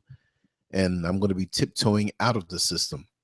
And I'm thinking up ways, and I already have my plan to very soon lean out of the system as much as I can. So that thought alone, the self-empowerment, relieves me of the stress that many people have, many people feel. Because I know this is, like you said, Sophia, that this life will continue on. And I know that this is a never-ending merry-go-round that will never stop. But I know that my existence on this plane for now will change. And so for the time that I know that, and we never know, we can be dead tomorrow, we can live another 50 years. But my thing is that I'm choosing to evolve and get off of this particular merry-go-round, this ride where people say, well, I'm going to do 15 more years of my job or 10 more years of my job. And I already know how much more I'm going to give, God willing, if I'm alive. And I already know what I need bare minimum to live. Therefore, having that peace of mind, once I attain it, I'll be able to truly live, because I won't be thinking about the machine. I won't be thinking about being caught up in that game, because I have controlled my lust to want to get that expensive luxury car. Yeah, it looks nice, but you paid a note. Not you, Sophie. I'm just saying whoever has it. I want to be as close to nature. The universal you. Right. Yeah, I know what you're saying. Yes. Universal you. Yes. I wanna be able to move about, like even now, I'm moving about the earth with much less. I don't need as much as I thought I needed. Not that I was really way out there in the first place anyway. I was always a little different. People will tell you that. But more and more now, I've learned to just knock it down. Just walk on that different level. For me now, where it was years ago to enjoy the company, and I was single, of many young ladies around me and all that it entails. Now, for me to go out in the woods or just own a lot of land, or even go in my backyard and hang out with the plants and, just watch the ants, watch the animals, just the peace, the birds, everything like that, that gets me high. That gets me centered. And when I go back to the crowds, when I go back downtown and take over the bus and relieve the driver ahead of me, I'm so zoned and I'm so centered that it's like I can hear people's thoughts. Now, not literally, but you can feel them, because you've been cleansed, you've been centered, you've been away from all of this stuff. You're not clogged up. You're not confused with all that stuff. You come back into this and okay, this is a strange energy. You know how to physically keep it away from you, and on a spiritual level, you don't let it get into you to make you toxic, and they leave you with this feeling because they pissed you off. See, you have people who come out here purposely and try to piss you off, and when they get you pissed off, they feel good because they are pissed off. So now you're pissed off, and you've taken some of theirs from them, and you've relieved them of that. Now they're laughing at you. You know what I mean? I do know what you mean. Yes, I do. Mm-hmm. Another question, another wonderful question here. Wow. Can you ask her about sexual transmutation, and if she has heard about ejaculation versus ejaculation? The first one was sexual transmutation, and if she has heard about ejaculation versus ejaculation. The second one I have not heard about at all. Mm-hmm. So I'm not going to speak on something I don't know, and I'm going to Right. be very honest with you and say I do not know. Right. The first one, excuse me, there's no way that you can transfer consciousness into another body. That's just not going to happen. Mm-hmm. So all of this where you think you're going to get a new body, they even had something like that on the Twilight Zone back in the 50s. Yeah.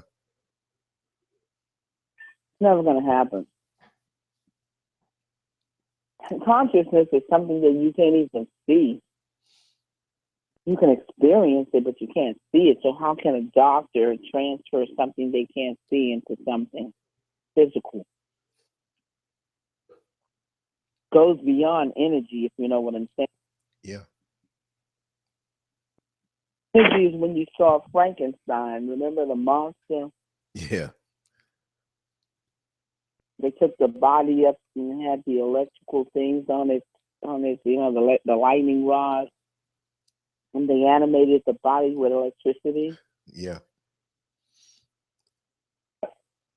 They're talking about transferring consciousness into, or putting somebody's consciousness into another body. It is science fiction.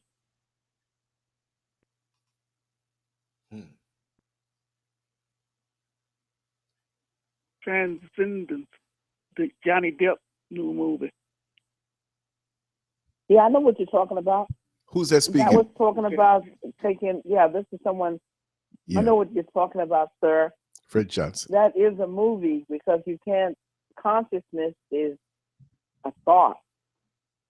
Oh, yes, a thought is a living thing, but it's not tangible.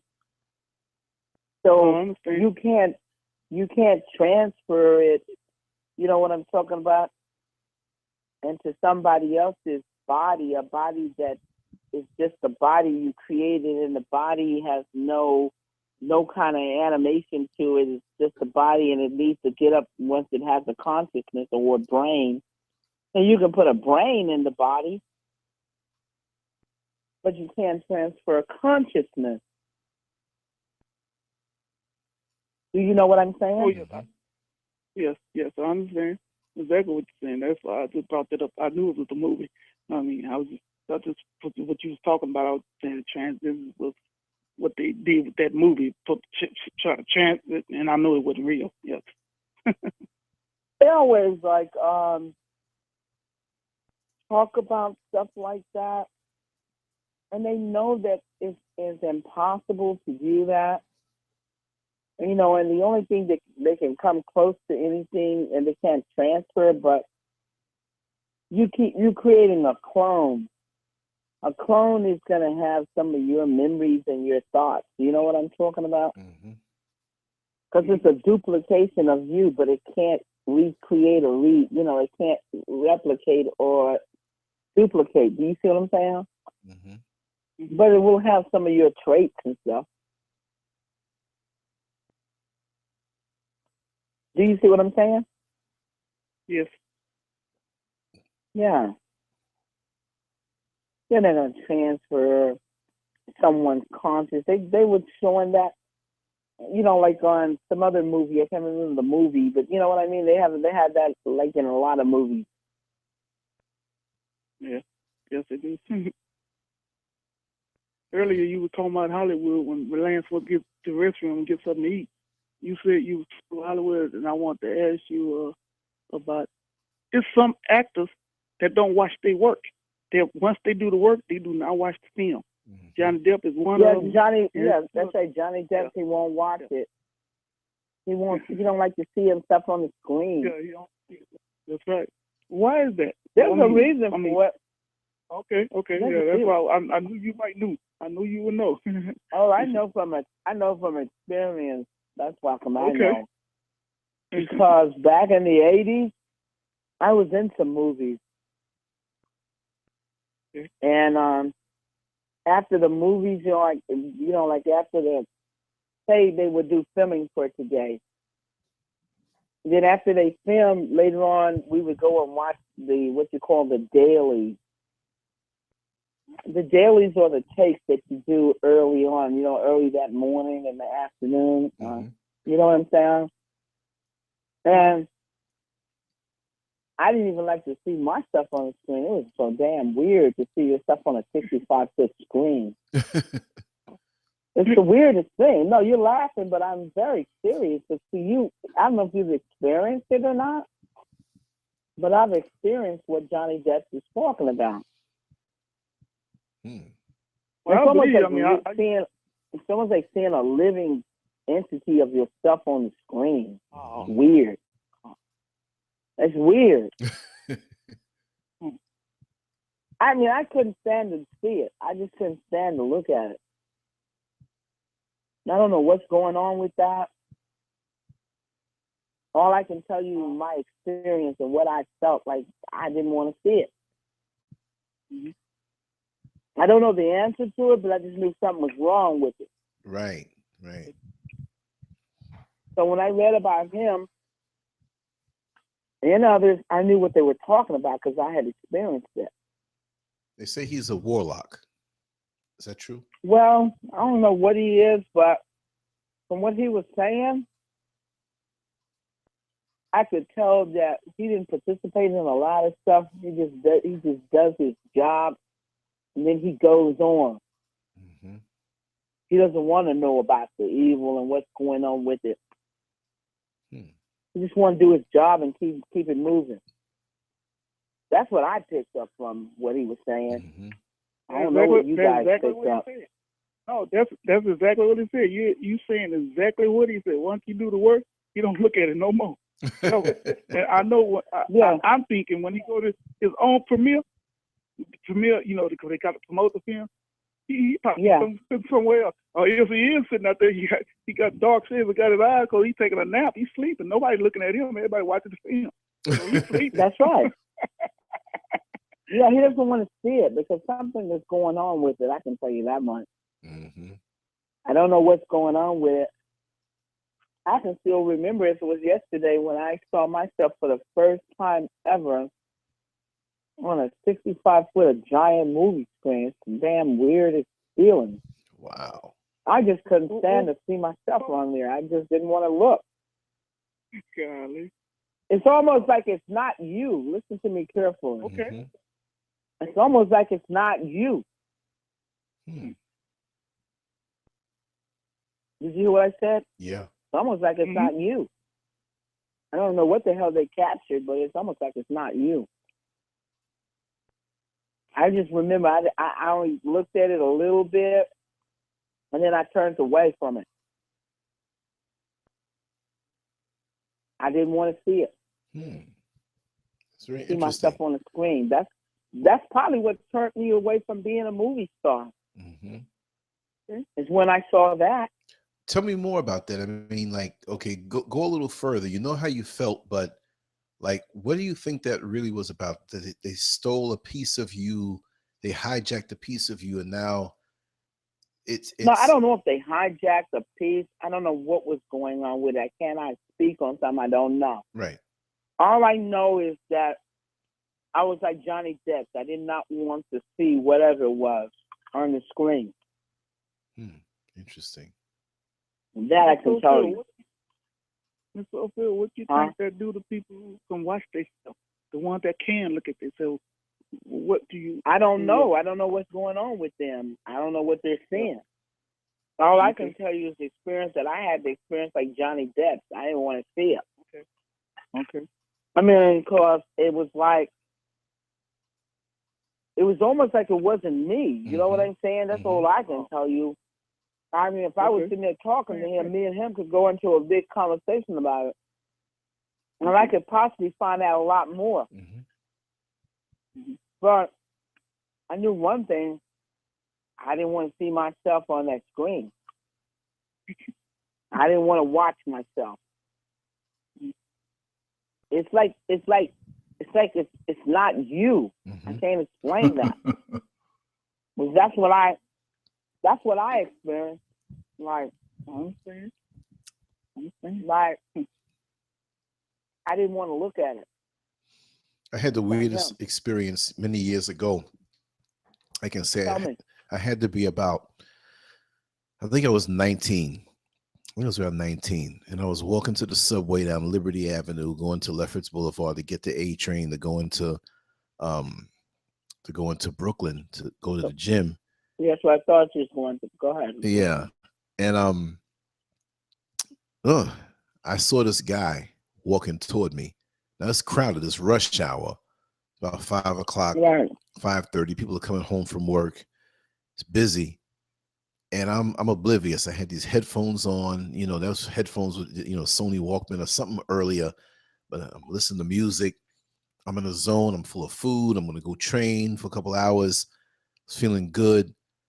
And, you know, I'm a heterosexual man. So it's not on that level when I say that this guy caught my eye. He was walking toward me and it was like looking at a reflection. And this guy, I never saw him before. Now I know my neighborhood and there's a lot of people there even back then. This dude walked up. I looked at him. He looked at me. I looked at him. He looked at me, and we just stopped for a second and looked at each other. It was like it was me. I'll never forget that. And it was just like you were looking at yourself. Yeah, exactly. It was like a reflection. I mean, he had on different pants and a different jacket, but the same build, same face, the same hair, same everything. There was nothing different other than the clothes. And wow. And a friend of mine walked up afterward, like maybe 10 seconds afterward, because he was behind me, this other friend who wasn't walking with me, but because I stopped, and you know, the busy street, somebody's a couple seconds behind you, they may not see you until they catch up to you. Well, I stopped to look at this guy. We didn't say anything. I looked as he turned around, looked at me. We continued walking, but we kept looking at each other. And then this other friend of mine coming from behind me said, "Hey, Lance, you all right?" I said, "Well, why are you asking me that?"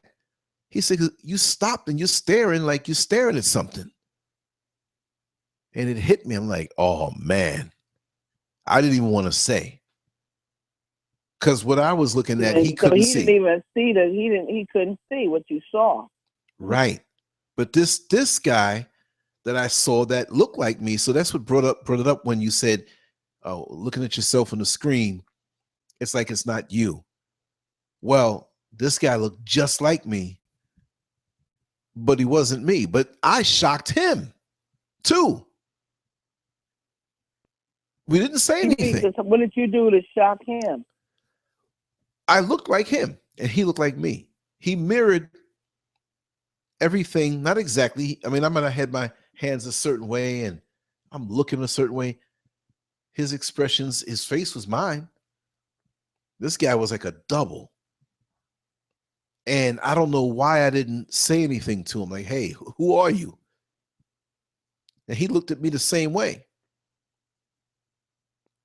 And I don't know why I never tried to make some contact, because I'm not saying, hey, my daddy was out there messing around, because I mean, like, that was to, if I have an older brother, he doesn't really look like me. But if I had 100 brothers, they would not look as close to me like this guy did. And wow, that's deep. It messed me up for the rest of the day. For the rest of the, because now I'm walking, I'm looking around, just looking. And I wasn't looking for him, like I gotta find him, whatever. But as time went on, it diminished, but it never got out of my mind. I'll never forget that. And I had to be around 19 years. And the reason why I know it was 19, because I was training for a particular competition, and I know it was around like the fall of 1982. And then I was 19 years old, you know, that I know. And I tried to duplicate the time that whole next month. I tried to find myself on that same street at that same time. And I'm walking and I'm looking around. I'm looking for him, you know. Yeah, it's you know, it's crazy. I know I got some funny comments in the chat room. Yeah, it could have been my higher self. Yeah, it was a strange thing. And first of all, I was always aware of the other planes. Whatever those planes were, I wasn't into anything where I was into this or I was into that. But because of the way I was raised, my mother always letting me know that there's more that meets the eye. You know, I was raised in a Christian home, but it wasn't that strict thing. My father and mother taught me of all of the cultures and different religions and different things, but it was more about spirituality, and that there's more than just this rigid thing called Christianity, the religion that man, you understand? So I was always aware, because I used to, every now and then, I'd catch a glimpse of something that I know wasn't, you know, on this plane. And when I was much younger, it didn't bother me that much, because I was prepared, because I was taught that there are things on different levels. I remember having the flu, and this had to be when I was about 10 years old. 10 years old. I remember there's a song by Shirley and Company, Shame, Shame, Shame. Remember that song? Shame, shame, shame. Yeah, shame on you. And that used to always play on the radio. And I remember thinking to myself while the radio was playing low and I had the flu, I was in the house for like a couple of days. and I had a really high fever, and my mother was really scared because they're about to bring me to the hospital, and they got the tub full of ice and everything, and they're going to bring me to the hospital because it just shot up. And I remember her saying, I forgot the actual number, but it was 100. It was up there, meaning that if I got 2 degrees higher, my brain would have been fried. And I'm on my back, and they were about to get me to bring me into the tub. I don't know where they got it. My father shot out the house and got all this ice on top of what was in the freezer and filled it with water. But before I got to that point, I remember looking at the ceiling. I remember the ceiling was right in my face, and I'm thinking like, and I was crying out. I was getting into hysteria, talking out my head, the fever. I was scared because I knew I felt like I was going to die, but not like die like in pain, but it's like a lot of things opened up. Like they say, the third eye. It just felt like that opened up. And I remember being right up on the ceiling, seeing the paint and his little design, little ripple effect that my father had put on the ceiling. And I was right there. And I remember turning around and seeing my mother and father over me in the bed. That sealed it for me. I was like, okay, now here's the catch. I look over into, there was a living room, because the way we rented out part of the house, so it wasn't the usual layout for a time. There was a bedroom, then a living room, and we had a hallway where we walked around. Too much to explain, but there was a living room next, a dining room next to that, and a bathroom on the first floor. And if you get at the right angle, you can look through the living room on a piece of the dining room and into the bathroom. But because the little part of the wall came down over the door, you couldn't be up near the ceiling to see that. So I was down a little bit, and I remember looking through into the bathroom and seeing these eyes, like about 6 or 7, 8 pairs of eyes, and they were glowing. See, I'm telling you all this stuff. People's going to say, oh, this guy. How old were you? I was 10 years old. Oh, okay. I was 10 years old. And I was always perceptive to certain things. I've had around that age, I had a lot of things happen. I remember, and I'll tell it to you real quick. My father used to, do his jobs where he's refinishing floors and the custom staining and landmark properties and stuff. So he was paid well, but he would, there were deadlines sometime, and he would stay on the job till 2, 3 in the morning. That's why I love these shows where I'm up at this time, because I love to fight sleep. I love to be up in that special time. I would be with him on the weekends, like when I wasn't in school. So he would come home, and I would be in the bed, like, your mother thinks you're sleeping, but you're not. You wake up and say, oh, daddy's not home yet. And I know he's going to come home. So you had the screens open, and you could hear the cars going by. And I knew the way his engine sound on his van. And I could hear it far away. I'm like, yeah, there's daddy, right? And I heard the engine. And the engine, the van parked. I heard the door slam, natural movement, no rush. I heard the gate click, and it closed. I heard the keys shuffle. Now, next to the bedrooms was a hallway that had doors, and it was a separate hallway because that same hallway was used for the tenants upstairs, and there was a stairwell coming down. There was a common area. So the door opened, we hear the keys. The second door opened, we hear the footsteps, and then nothing. Nothing. I'm laying in bed. I got up. My mother was awake in her bed. I said, Mommy, did you hear that? She said, yes, I did. I said, well, why is Daddy standing in the hallway? She says, just lay here. Then we heard an engine, a van coming down the block. Heard the keys, heard the gate, heard the door open. Then the second door opened. Then the third door into the dining room, the light came on, and there was my father. All I ask is, who was that came through? And it wasn't a tenant, because we know the steps and how they creak. And no, sometimes what you hear, it experience is a premonition sometimes it's a premonition and it happens before it actually takes place. You guys experience your father coming home before he actually did it. It's called a premonition. I've experienced that before. Mm-hmm. It happens, you know, things happening, and then it physically happens. Mm-hmm. Yeah. So all that was just a premonition that he was coming, and then y'all just experienced it before he came. Yeah, I believe that because it was the same exact sounds and everything. Yeah, it was a premonition that y'all knew he was coming before he came. Yeah. The other thing is that I would love to go upstairs whenever we weren't renting. You know, that became the play area. Whenever there were no tenants, someone moved out, might be a month or two before we get any in, I would always go upstairs. It was a duplex apartment, 2 floors, you know, the second floor in the attic.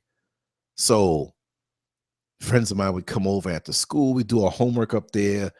We're 9, 10 years old, 11 years old. We're 8, 7, depending. We have little balls and throw them on the wall.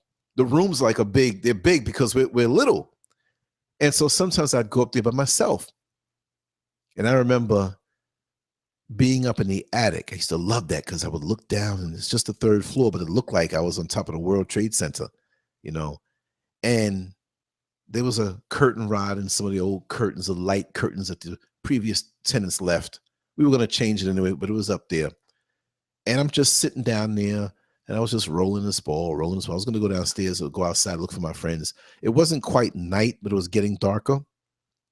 And it got real quiet for a second. And before I could really absorb this feeling, I got terribly scared.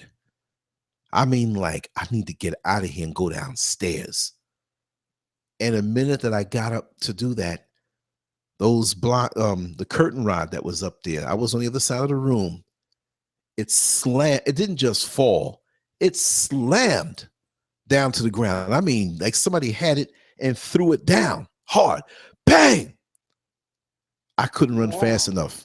And I had socks on and it was the vinyl flooring. I'm sliding, you know, and I'm holding on. And in my mind, it's like there's something behind me. But I mean, I know a kid has an imagination, but I saw this happen. And there's no way, because you know how those things are, you know, on the side, you drop the curtain rod in and that thing grabs it.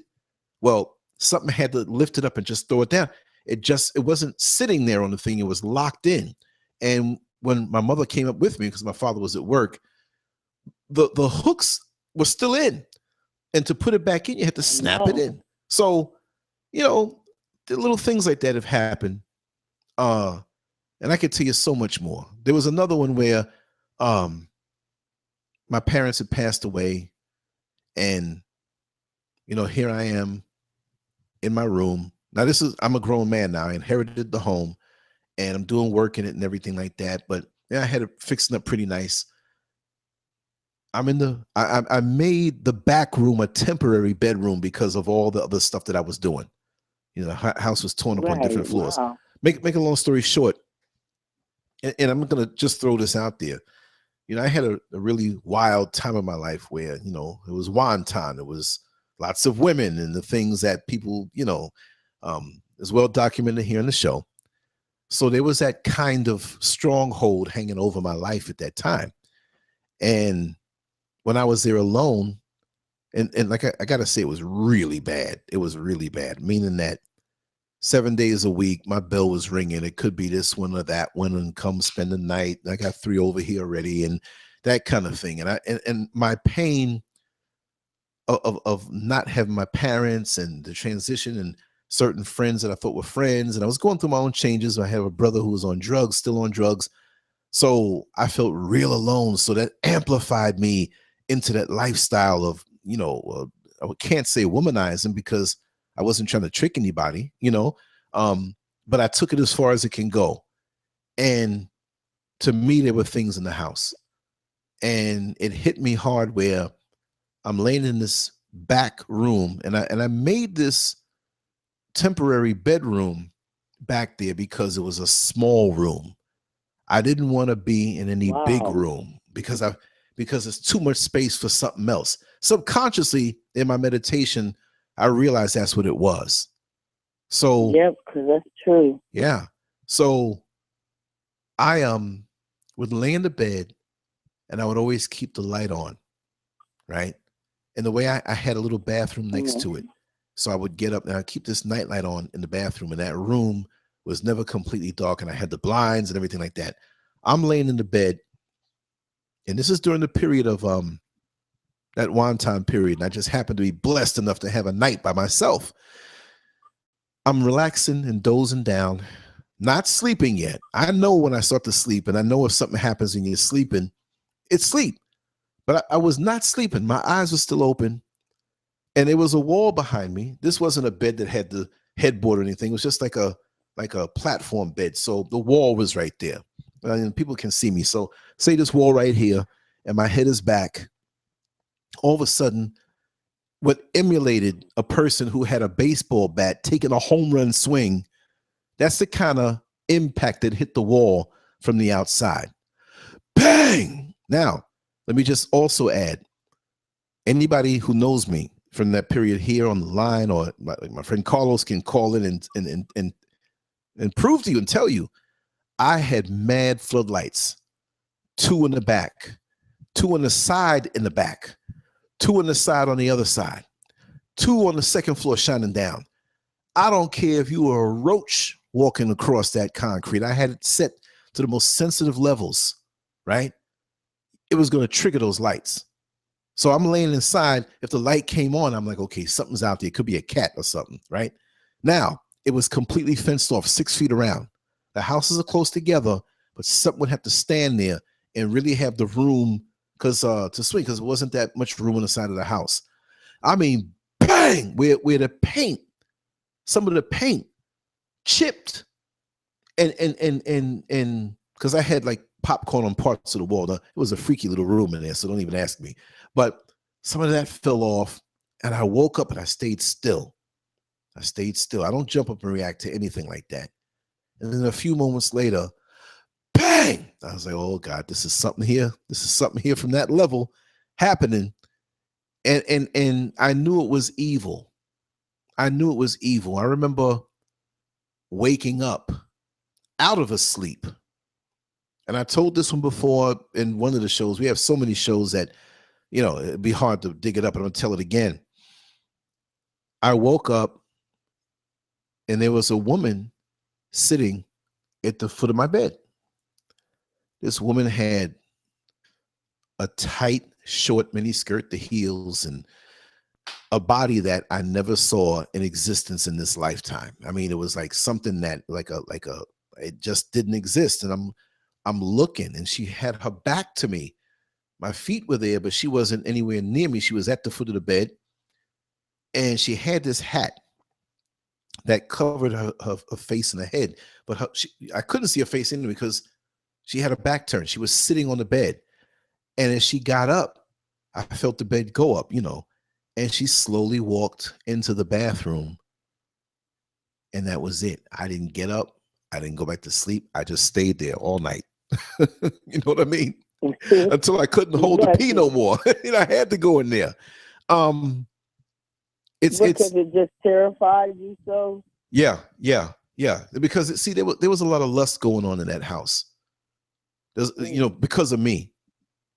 I remember being afraid. I remember it was a particular Christmas. I think it was 1993, right? And I'm sitting there, and I had to get up, but I remember being so afraid to get up. I was just sitting down on the floor against the wall. You're home, you have a pillow. I don't want to sit on the couch. I want to sit on the floor. And something came over me because I had to get up and do some things, and I was home that day, and it was into the evening now. And I remember looking outside and seeing the Christmas lights in the house across the street, and just there was something in my mind in that next room. I knew I couldn't see it. I knew I wouldn't hear it, but I knew there was something there. Now, this is the last one. I want you to talk because this is the Sophia Stewart show, right? But the last one, and I can go on forever, but this is one that really haunted me. I don't know if you know of my dear friend. I never put a real name out there, but she goes under the moniker Madam Whoopass, right? And I don't know if she is listening. Madam, if you're listening, call in 888-575-3769. But she can tell you that I went through this because this was around this time period. And she knew these days I was free. And she said, hey, I got to hang this ceiling fan. And I know you know how to do those stuff. You know the home improvement stuff. Why don't you come over here? And she knew what I was going through. So why don't you come over here? It was like probably 1 or 2 in the morning. But, you know, I never honor time when I'm free. So I said, sure, I'll come on over and hang the ceiling fan. You know, we'll hang out. No problem. And she had an upstairs apartment. And I went there. Now, mind you, I had changed my phone number. I was trying to get away from living like this. I had women calling me, women showing up at my door, and it was like, yeah, come on in, come on. And I was like, this is bringing other things. I got to stop this. It was bad, right? Yeah, that's right. So, and it was, yeah. Other male friends of mine, they used to love to hang around me. It was really a demonic thing. It really, you know, and this is why I'm kind of paranoid now at this point in my life. Because things come at me that most men couldn't resist. And it's like, no, you know what I mean? But anyway, that's true. Yeah, I had changed my home phone number. And, you know, back then, this is 93. Cell phones were around, but it wasn't like a Metro PCS deal. They were expensive unless you had a zapped cell phone, which I know about that. I had a pager, right? I had got a new pager and changed the number. So nobody, unless they were close people, were going to have that number. This was a Friday. I had just changed the numbers, changed the pager, changed the number on the house phone. At this point, nobody had my number. Nobody had my new number, right? So here I am heading over to Madam Whipbass's house in Astoria. I lived in Richmond Hill, just over the Jamaica Queens borderline, 2 blocks. And I get up there, we're laughing, we're talking, it's late, you know, and we've always had a platonic relationship. It wasn't one of those types of relationships. And I have to give her credit for helping me to come out of the craziness, because she saw how decadent I was living on that level. I was eating clean and looking healthy and everything, but it wasn't just a normal thing. This was a portal straight to hell. So I finished hanging the ceiling fan and we're talking in her living room. And I had my pager on the side of the armrest of the couch. Wouldn't you believe, this was after 3 in the morning. Wouldn't you believe the pager went off? Bzzz. Now, I know sometimes you get a new cell phone or you get a new pager back in the day and somebody else had that number. And so other people, you know, call you and you know, or page you. And it's like, nah, that's probably the person who had the pager the number before, right? So I said, let me just take a look at this number. I picked the pager up, hit the thing, looked at the number. Wouldn't you believe that my home phone number was put into the pager? Nobody was home. Nobody was home except me. I mean, like at that particular time, there's nobody living with me and nothing. Nobody knew the house number that I just got hours earlier. Nobody knew the page number that I just got hours earlier. But something happened where the new house number was put in to the pager, and it kept going off and going off and going off. And Madam Whipass said, why don't you call it? I'm like, I am not calling that phone. It's your phone. That's right. I'm not calling it. I'm not calling it. Nope, not calling it. And because I'm gonna do a show one night where I can talk about these things, because now I'm getting the chills up in here now, you know. Just the other day, I was on the bus about 2 months ago. It was on about 4.5 months ago, I'd say. And I saw someone who I knew very well, who for some reason they have an attitude with me and they're not on speaking terms. I'm there, but it's like, okay, they kind of spread some gossip, made some lies, you know, one of those people not in your super inner circle, but someone who was like close enough. And I was waiting for them to speak. I said, they're going to see me, look me in the face like this. I know they're going to speak. We never had an argument, but it's just they know I know what they did. So she got on. She's an older woman. And she got on. But her hairstyle was different. This is broad daylight. And she drives. So I'm like, what is she doing over here? It was a rough neighborhood. I'm like, what is she doing over here? She sat down kind of behind me, and I saw in a little second little round mirror, okay, she's sitting there. Then she moved her seat over so my peripheral vision could see her. I said, let me see where she's getting off. She didn't say anything, but that's okay. You know, yeah, I got to do that during the day of that show, because this time in the morning is not too cool. You see me looking over by the door, right? So she sat down. There were all different types of passengers there. As we got toward the end of the route, which would go into this desolate area, there was a Walmart, and then there was a loop that nobody really got off on that turned me around to go back downtown. So before we hit the Walmart, I'm looking, I'm making sure, like, is she getting off here? Where is she going? There was a white man there also that wasn't with her, but he was sitting back there. So most of the people get off at the Walmart. Nobody rang the bell. We passed the stop for this particular Walmart. This is going to be interesting. I'm driving, because they're on the bus. Nobody got off. So I didn't stop. So they're on the bus. I'm driving. I get in the loop where I had a 20-minute layover. Nobody got off. I have to open the doors. I stopped the bus, popped the brake, put it in neutral, kneeled it down, took the air pressure off, and pulled the door lock back. Now that's the proper way you do the bus. I don't think they're getting off. I stand up out of my seat, turn around, and I'm the only one on the bus. Why would I put myself out there as being somebody crazy? I'm telling y'all, this happened. I'm not nuts. I don't do drugs. I stay up sometime a little too late. But these are the things that happen. You see people, you don't see them. You see things, you know. I remember being on the Cross Bronx Expressway coming from this young lady's house late one night. I remember seeing, this was a Sunday morning, Saturday night, Sunday morning. I was coming down Bronx River to go on the Cross Bronx, and you make this turn. And I saw what looked to be two parents and two kids standing there. And it scared me because I'm coming around the loop. I wasn't going to hit them, but it was like, what are they standing there for? Somebody drunk? Because you know when you make these turns, you see the rubber of cars that went up and hit. Well, I'm like, why are they standing there? They're waiting for somebody? This is a weird spot to wait. And when I passed them, I looked back in the rear view mirror. I ain't see nothing. Stuff like that. We can go on and on forever. You know. Yeah, Nicole, you always up and yeah, no, I'm nuts.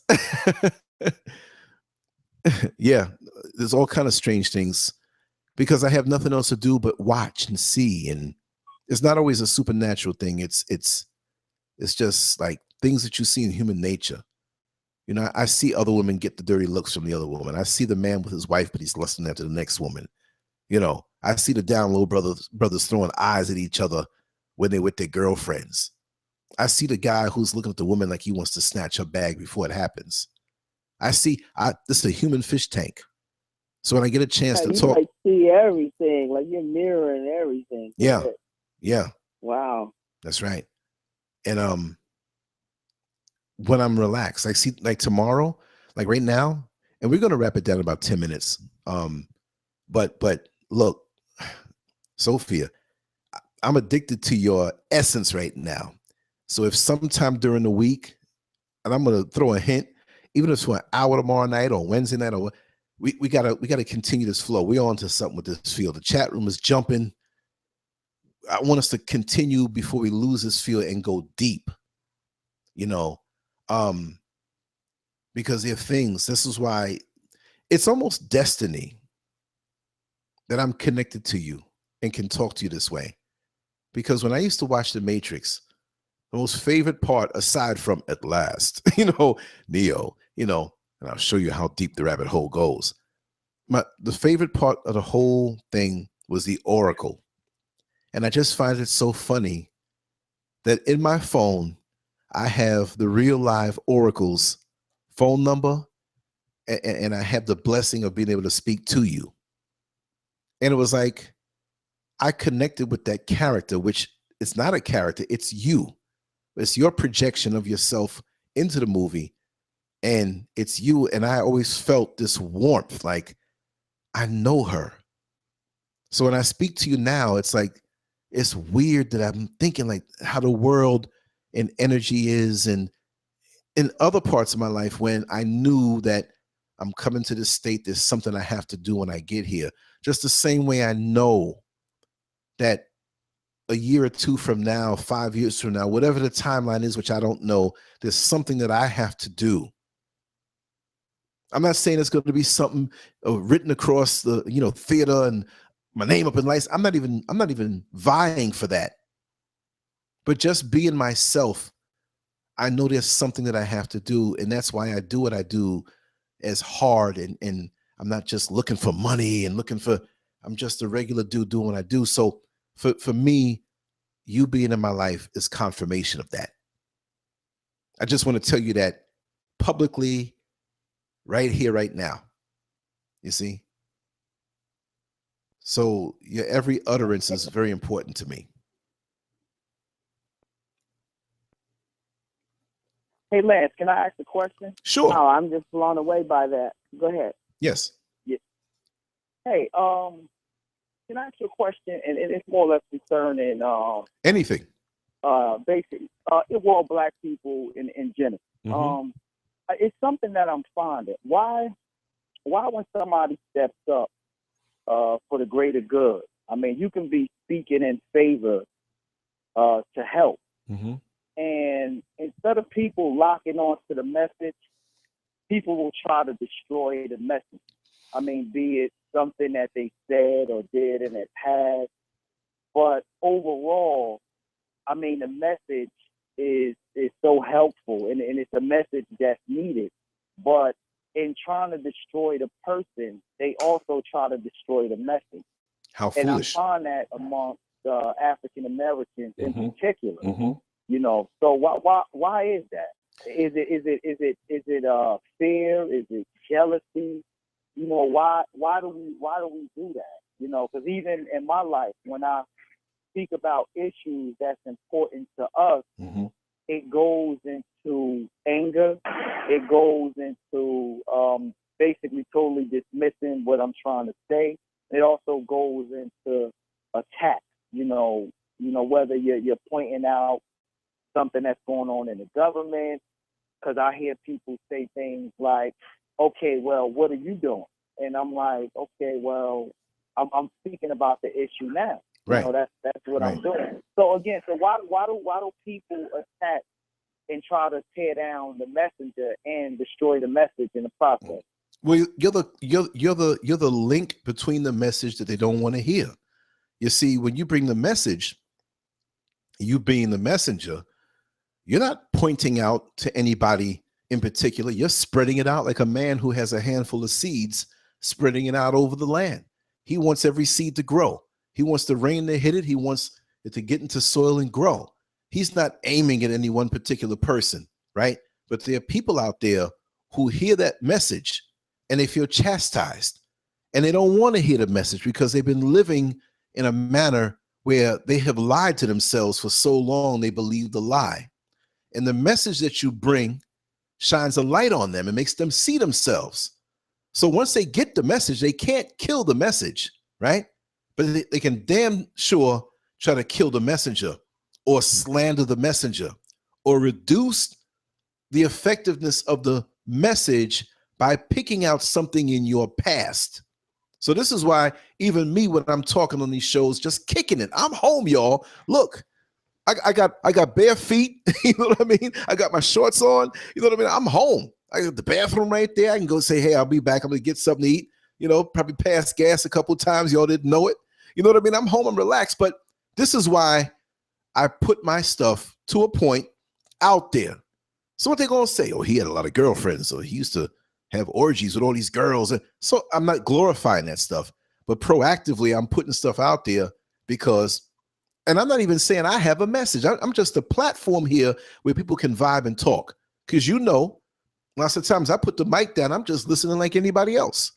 But this is what they do. They don't want to hear what you've been commissioned to share. Sometimes we have a message and we don't even know we have a message. We don't even know that something that we're talking about, someone is hearing, and what you share, just thinking it's common talk, is the answer to somebody else's dilemma. You see? So you will be attacked. Sometimes you are the message by the way you carry yourself, your vibe, your vibration, your frequency, and people see you. You ever lock eyes with somebody that you never saw before, and you already know that that's going to be your enemy, that they don't like you, that you locked eyes with them. And I do believe, Sophia, that when you lock eyes with somebody, you can download something about them if you're perceptive enough and your vessel is clean enough. You see? So these are things. I totally agree with you. I agree with you on that, because I've seen stuff in people's eyes and downloaded and seen, know what it is, everything. That's right. And sometimes I see these entities. I know what you're talking about. Yeah. Go ahead. And the way I look back at them is like, listen, I'm not going for it. You try it if you want to. And it's all in a split second. They already know that you're not going to be somebody to walk over. So just you being yourself and opening the door to what is inside of you. You see what I mean? And they see that strength that you have inside of you, and they get intimidated, or they know they can't run their game on you. I don't blame women. I'm just using this as an example. I have women that they know my bus is coming. They know who the driver is. And they'll turn around half a block away and unbutton the top two buttons of their blouse. And, they come on and they don't know how to swipe the card. They've been doing it for years, and they're shaking up and whatever. And I'm just sitting here like, okay, my eyes are straight ahead. But, let her play her games. After a while, they suck their teeth. Faggot. They call, games. Or you have dudes that want to have pissing contests. Excuse my French, Sophia. They want to do these the testosterone masculinized pissing contests. I'm more of a man than you. Even in a nonverbal way, the way that they carry themselves because of their insecurity. See, as a man, I'm not insecure. And I'll tell you all publicly, I am not the man I was when I was 20 years old. Y'all know what I'm talking about. I'm 53 now, but I don't have to depend on that to be a man. I can be 85 years old, and what I've learned in this lifetime makes me a man. Manhood is not just organ. Manhood is not just penis. See, it's your positioning. When you see that CEO over a multi-million-dollar company that has done well, he could be the shortest, smallest, weakest, most frail person, but his mind makes him a master. There are other people who work in the mailroom who could take him and throw him across the room, who could lift more than him. But it's what he knows. And this is what we don't value in our society anymore, and especially in the black community. We don't value our elders. Now, Sophia, me and you may have a difference in years, maybe. I believe I'm in your age group. And look, it's not about that. But you are my elder. Now, let me say this. There are people who are 20 years younger than me who have far more wisdom than I. And they're my elder. So the elder status is not something that comes from your chronological age. It's where you are. I know that. I preach to the choir. So yeah. I'm just saying that just for the folks out there listening who the others, yes. And I know where I'm coming from. Totally. Yeah. So, that being said, anybody who has wisdom and sense for me, I have to honor them. They might be a drunk or a crackhead or a homeless person that's dirty and smelling. Now, we don't want to smell something funky. And, I hold my nose sometime when folks come around me. But if they open their mouth and they have some sense, I have to submit to truth. And the more you keep your inner filters cleansed and clean and your vessel clean, You can absorb more truth. But what happens is when we get arrogant, egotistical, pumped up on ourselves and pumped up on our accomplishments. I'm the CEO of so-and-so, or I'm over the choir. I have this positioning in church. You know, oh, I bought this Benz and I have this brand new car and you don't. My house is bigger than yours. My body looks more fabulous than yours. I'm younger than you. I have a degree. All of these things are wonderful things, but these are things that we get caught up in on this level, and we forfeit that ability, that third eye. We give away our third eye. We can't see nothing now. We can't see what's coming down the road. We can't see where we're needed. We can't even see ourselves. We lose ourselves in these things. You are not your car. You are not your weave. I see so many young girls who, when they don't have their weave, there's no confidence. They're at the bus stop and they're sheepish, and check them out the next day when they get that weave. Hello, bus driver. And they're just so cocky. How could you are you so empty that you need it? Yeah, but are you so empty that you need something external, something superficial to pump you up? I'll put a t-shirt on and some shorts and feel more of whatever than a person who's dressed down to the T. And I got lots of clothes in there. I got a couple little trinkets. I don't even care about it. Buddy of mine came over the other day. He's walking. He's not driving. Down here in Florida, there's some long roads the bus doesn't reach. God blessed me to have more than one bike. He didn't ask me for it. He made a mention days far away on the bus. I heard him under his breath, man, I need a bike. So he wasn't asking me. He wasn't hinting. He came here. I was like, man, pick which one you want. Now that one over there you can't have. That's my baby, right? But pick one of those, man. You want that one? Take it. And it wasn't the most expensive one I have, but it wasn't the cheapest either. And he was like, and I'm not saying this, y'all, to make myself look like a saint, because there's stuff I need. You know what I mean? But like Sophia so beautifully said, that when you give and you give, now you're not going to give stupid. You know what I mean? You're not going to give stupid. But out of your heart, when you see there's a need, it's the best feeling in the world. And that's why I don't ever worry about not making it to the next level.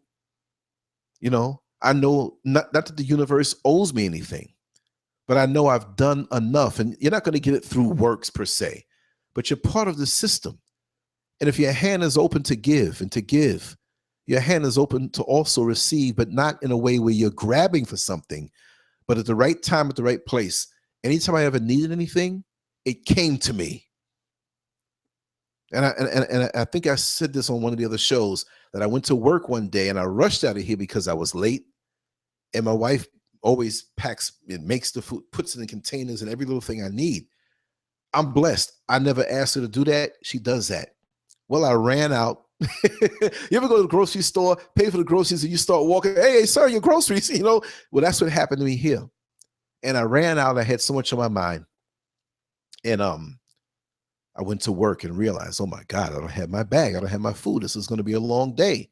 There's no place along my bus route where I can get something. That I'm a pescatarian. I eat very strict, but I have a broad range of food I can eat. I don't eat fast food, right? And I was not going to eat fast food. I don't care. I was just going to have to go hungry that whole day, or eat a blade of grass, or rob a mango out of somebody's yard or something. But I said, okay, it'll be all right. And that's exactly what I did. I drove, started to feel hungry. And guess what? There's a woman who is along my route, an older woman. Here she came with 2 bags. And she handed me one of the bags. And she says, Lance, I don't know why, but I thought about you earlier. And I said, let me go on and pick up some fruit. And let me pick up these things that I see, like these little nuts and different things, you know, that I know you eat, because I know you're a very finicky eater. I forgot what that word was, but you don't eat everything. And I know you eat this stuff.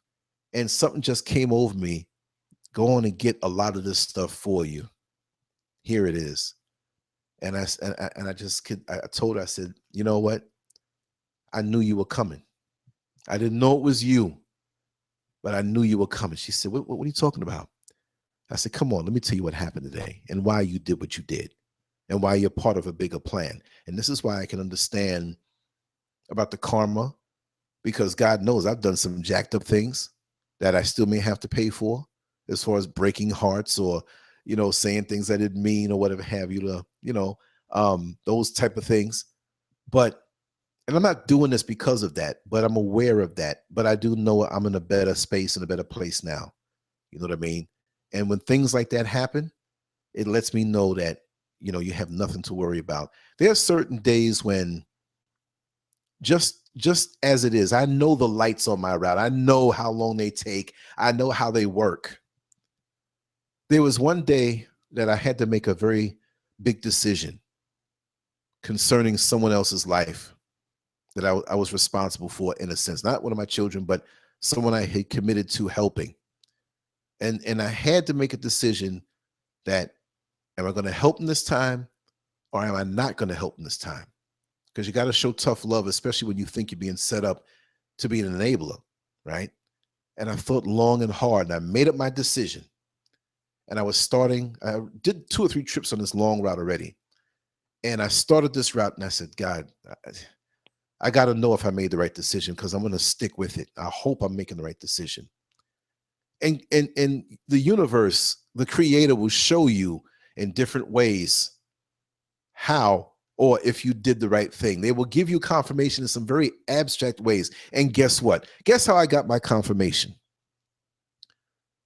There was a light on Orange Blossom Trail that far away. It's a long light. You don't want to get caught by that light. I'm driving. It was green. It just turned red. As I got near it, it opened up. 2 blocks away, another long light. It had just turned red. It opened up. The whole trip around.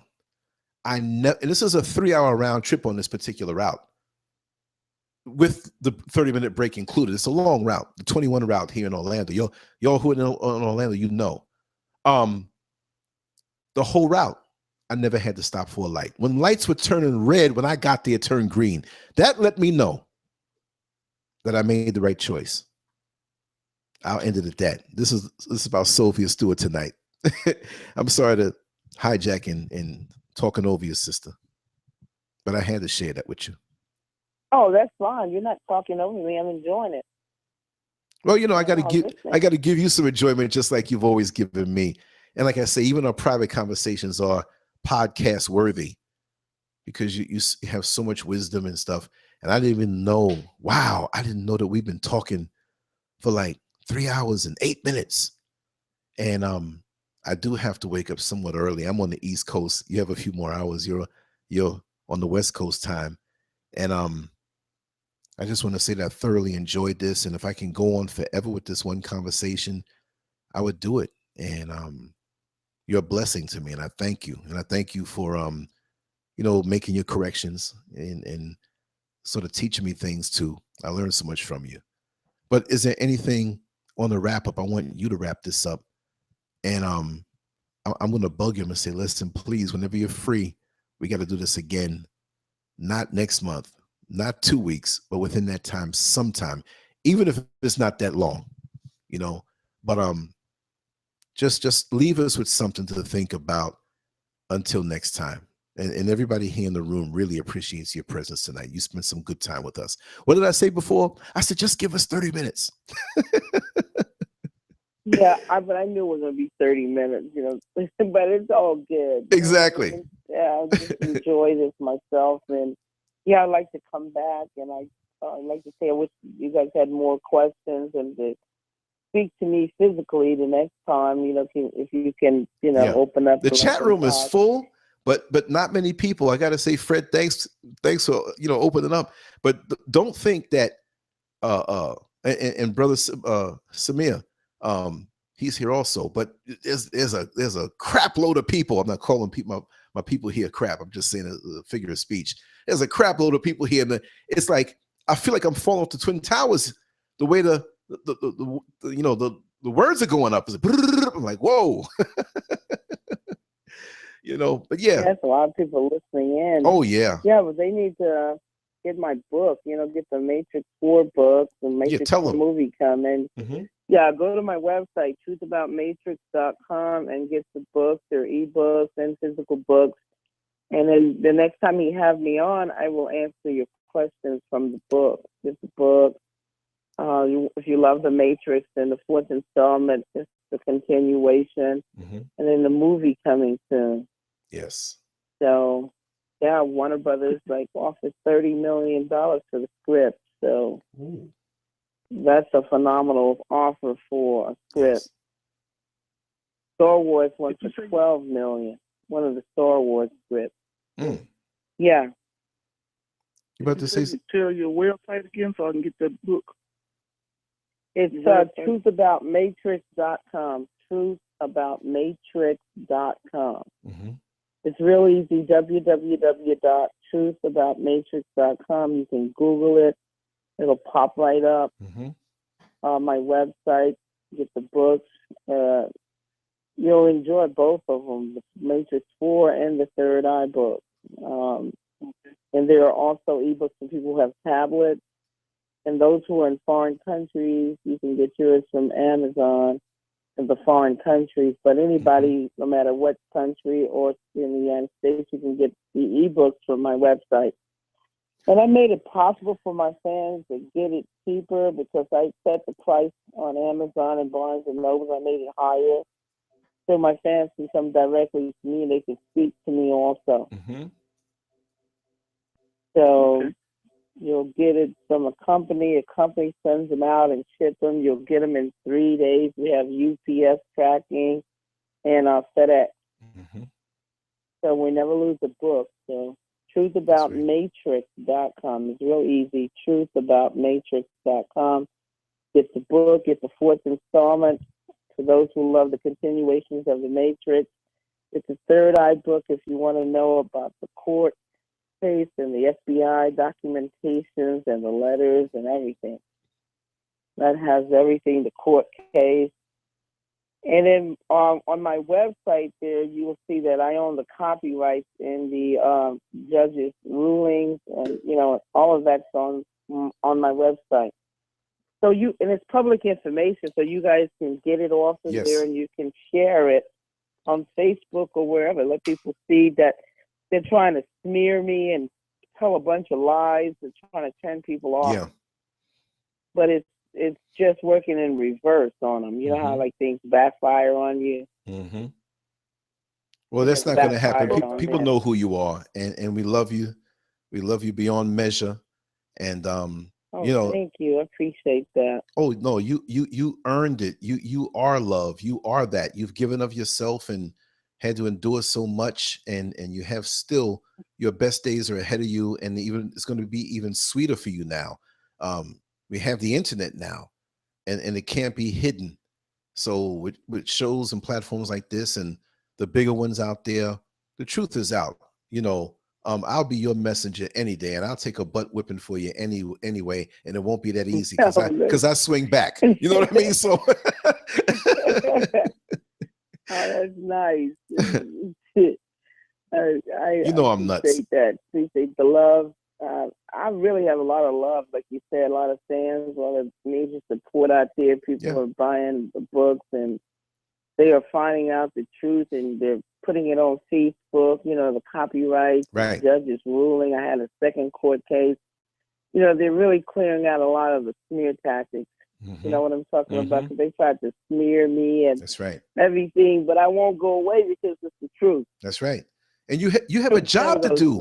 You have a job to do here. You have a positioning here. You have a divine positioning.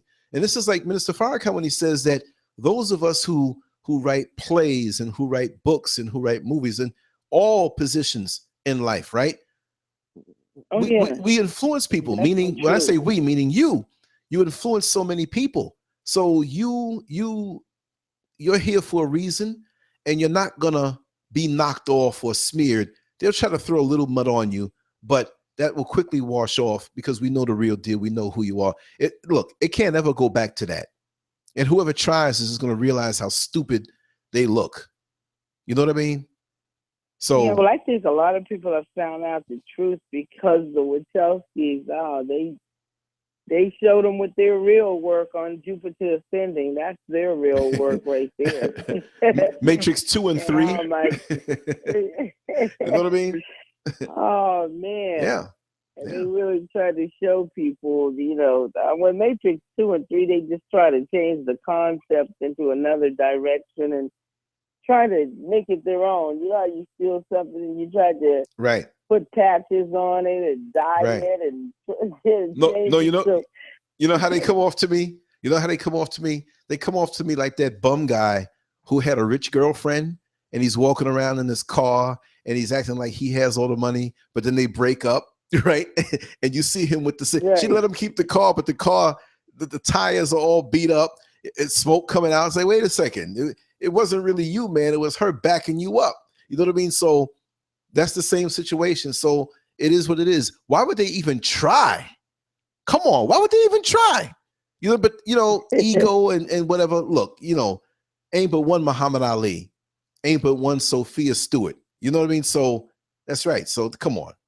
Ain't nothing like the real thing, So yeah. Man, you know what I like though, because I've been listening to her for a while, and you and her, because she beat them in the courtroom and she did it without lawyers. She has all her own lawyers, and I love that's true. I mean, she's I be listening to you. I listen to all of you, what you've been done. I just hadn't had a chance to buy the book. Now I got your website there. I'm getting the book, both of them. Yes, ma'am. Thank you. We got to say it this way, Sophia. You bad. And you know how I'm talking like a New Yorker. That's right. That's right. That's right. That's right. I try to say, with humility, and I appreciate the love. I really do, and the support. I really appreciate people supporting the truth and digging for the truth and not letting anybody give them a program or a lie. And this is wonderful, just letting the truth come out. Just letting it flow. Letting people know and letting them dig and see for themselves. You know what I'm talking about? Not accept programs. That's right. That's right. Yeah. Wow. So we're gonna wrap this down reluctantly. It's just like, it's just like when you run into friends outside, like back in the day, and you have your groceries, you're coming home from work, and a bunch of you see them on the stoop, and you're out there talking, and the conversation's so good. You had to pee from like 45 minutes ago, but the conversation's so good, you're holding it. It's like, no, I already went to the bathroom, y'all. And I'm just so glad. I can talk regular with her.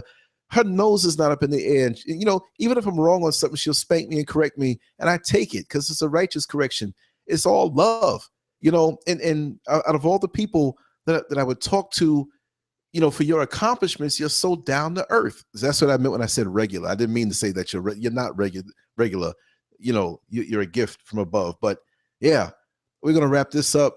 Sophia, and I see Brother Fred still here, and everybody inside the chat room. Too much to list. I like to call the names out. There's anybody I missed when I was, typing it in my lower caps. I'm sorry. I see everybody who was there. We didn't get all the questions in because the room was going up so fast typing. It was the bomb room tonight, as always. And I'm just loving this. I don't want to let it go. This is a classic. And it can only be classic because you are here, at the focal point. And we got to have you back, sweetheart. God bless you. Thank you so much. Oh, I'm definitely coming back. Yeah, and type in the website for them. Yes. For those in the chat room, so they'll know where to get the books. Yes. And then to let them know that they can call me and talk to me and everything. Yes. We want that. Yeah.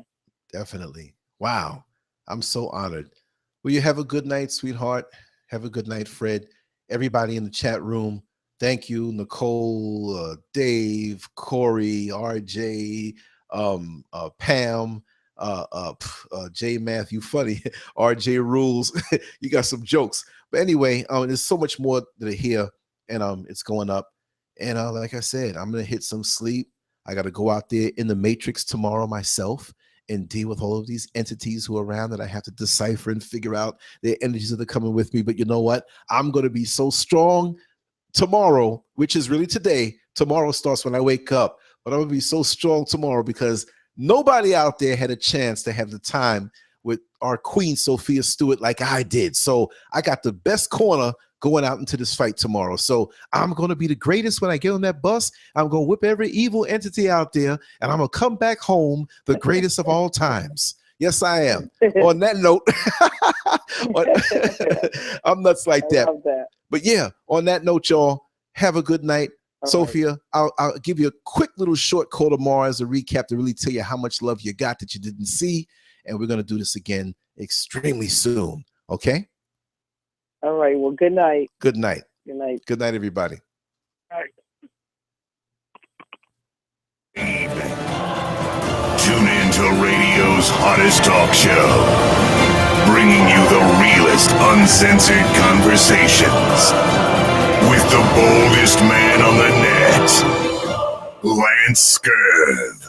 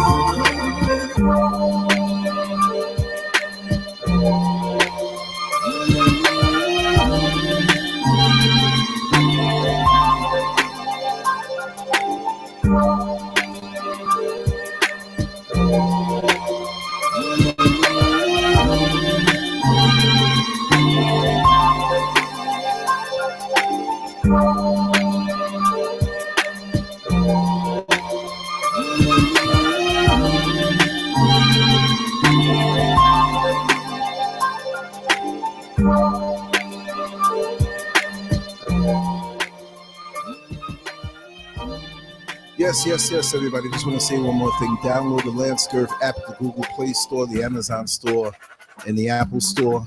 Hit me up any time if you have any interviews that you want to do, any stories that you want to share.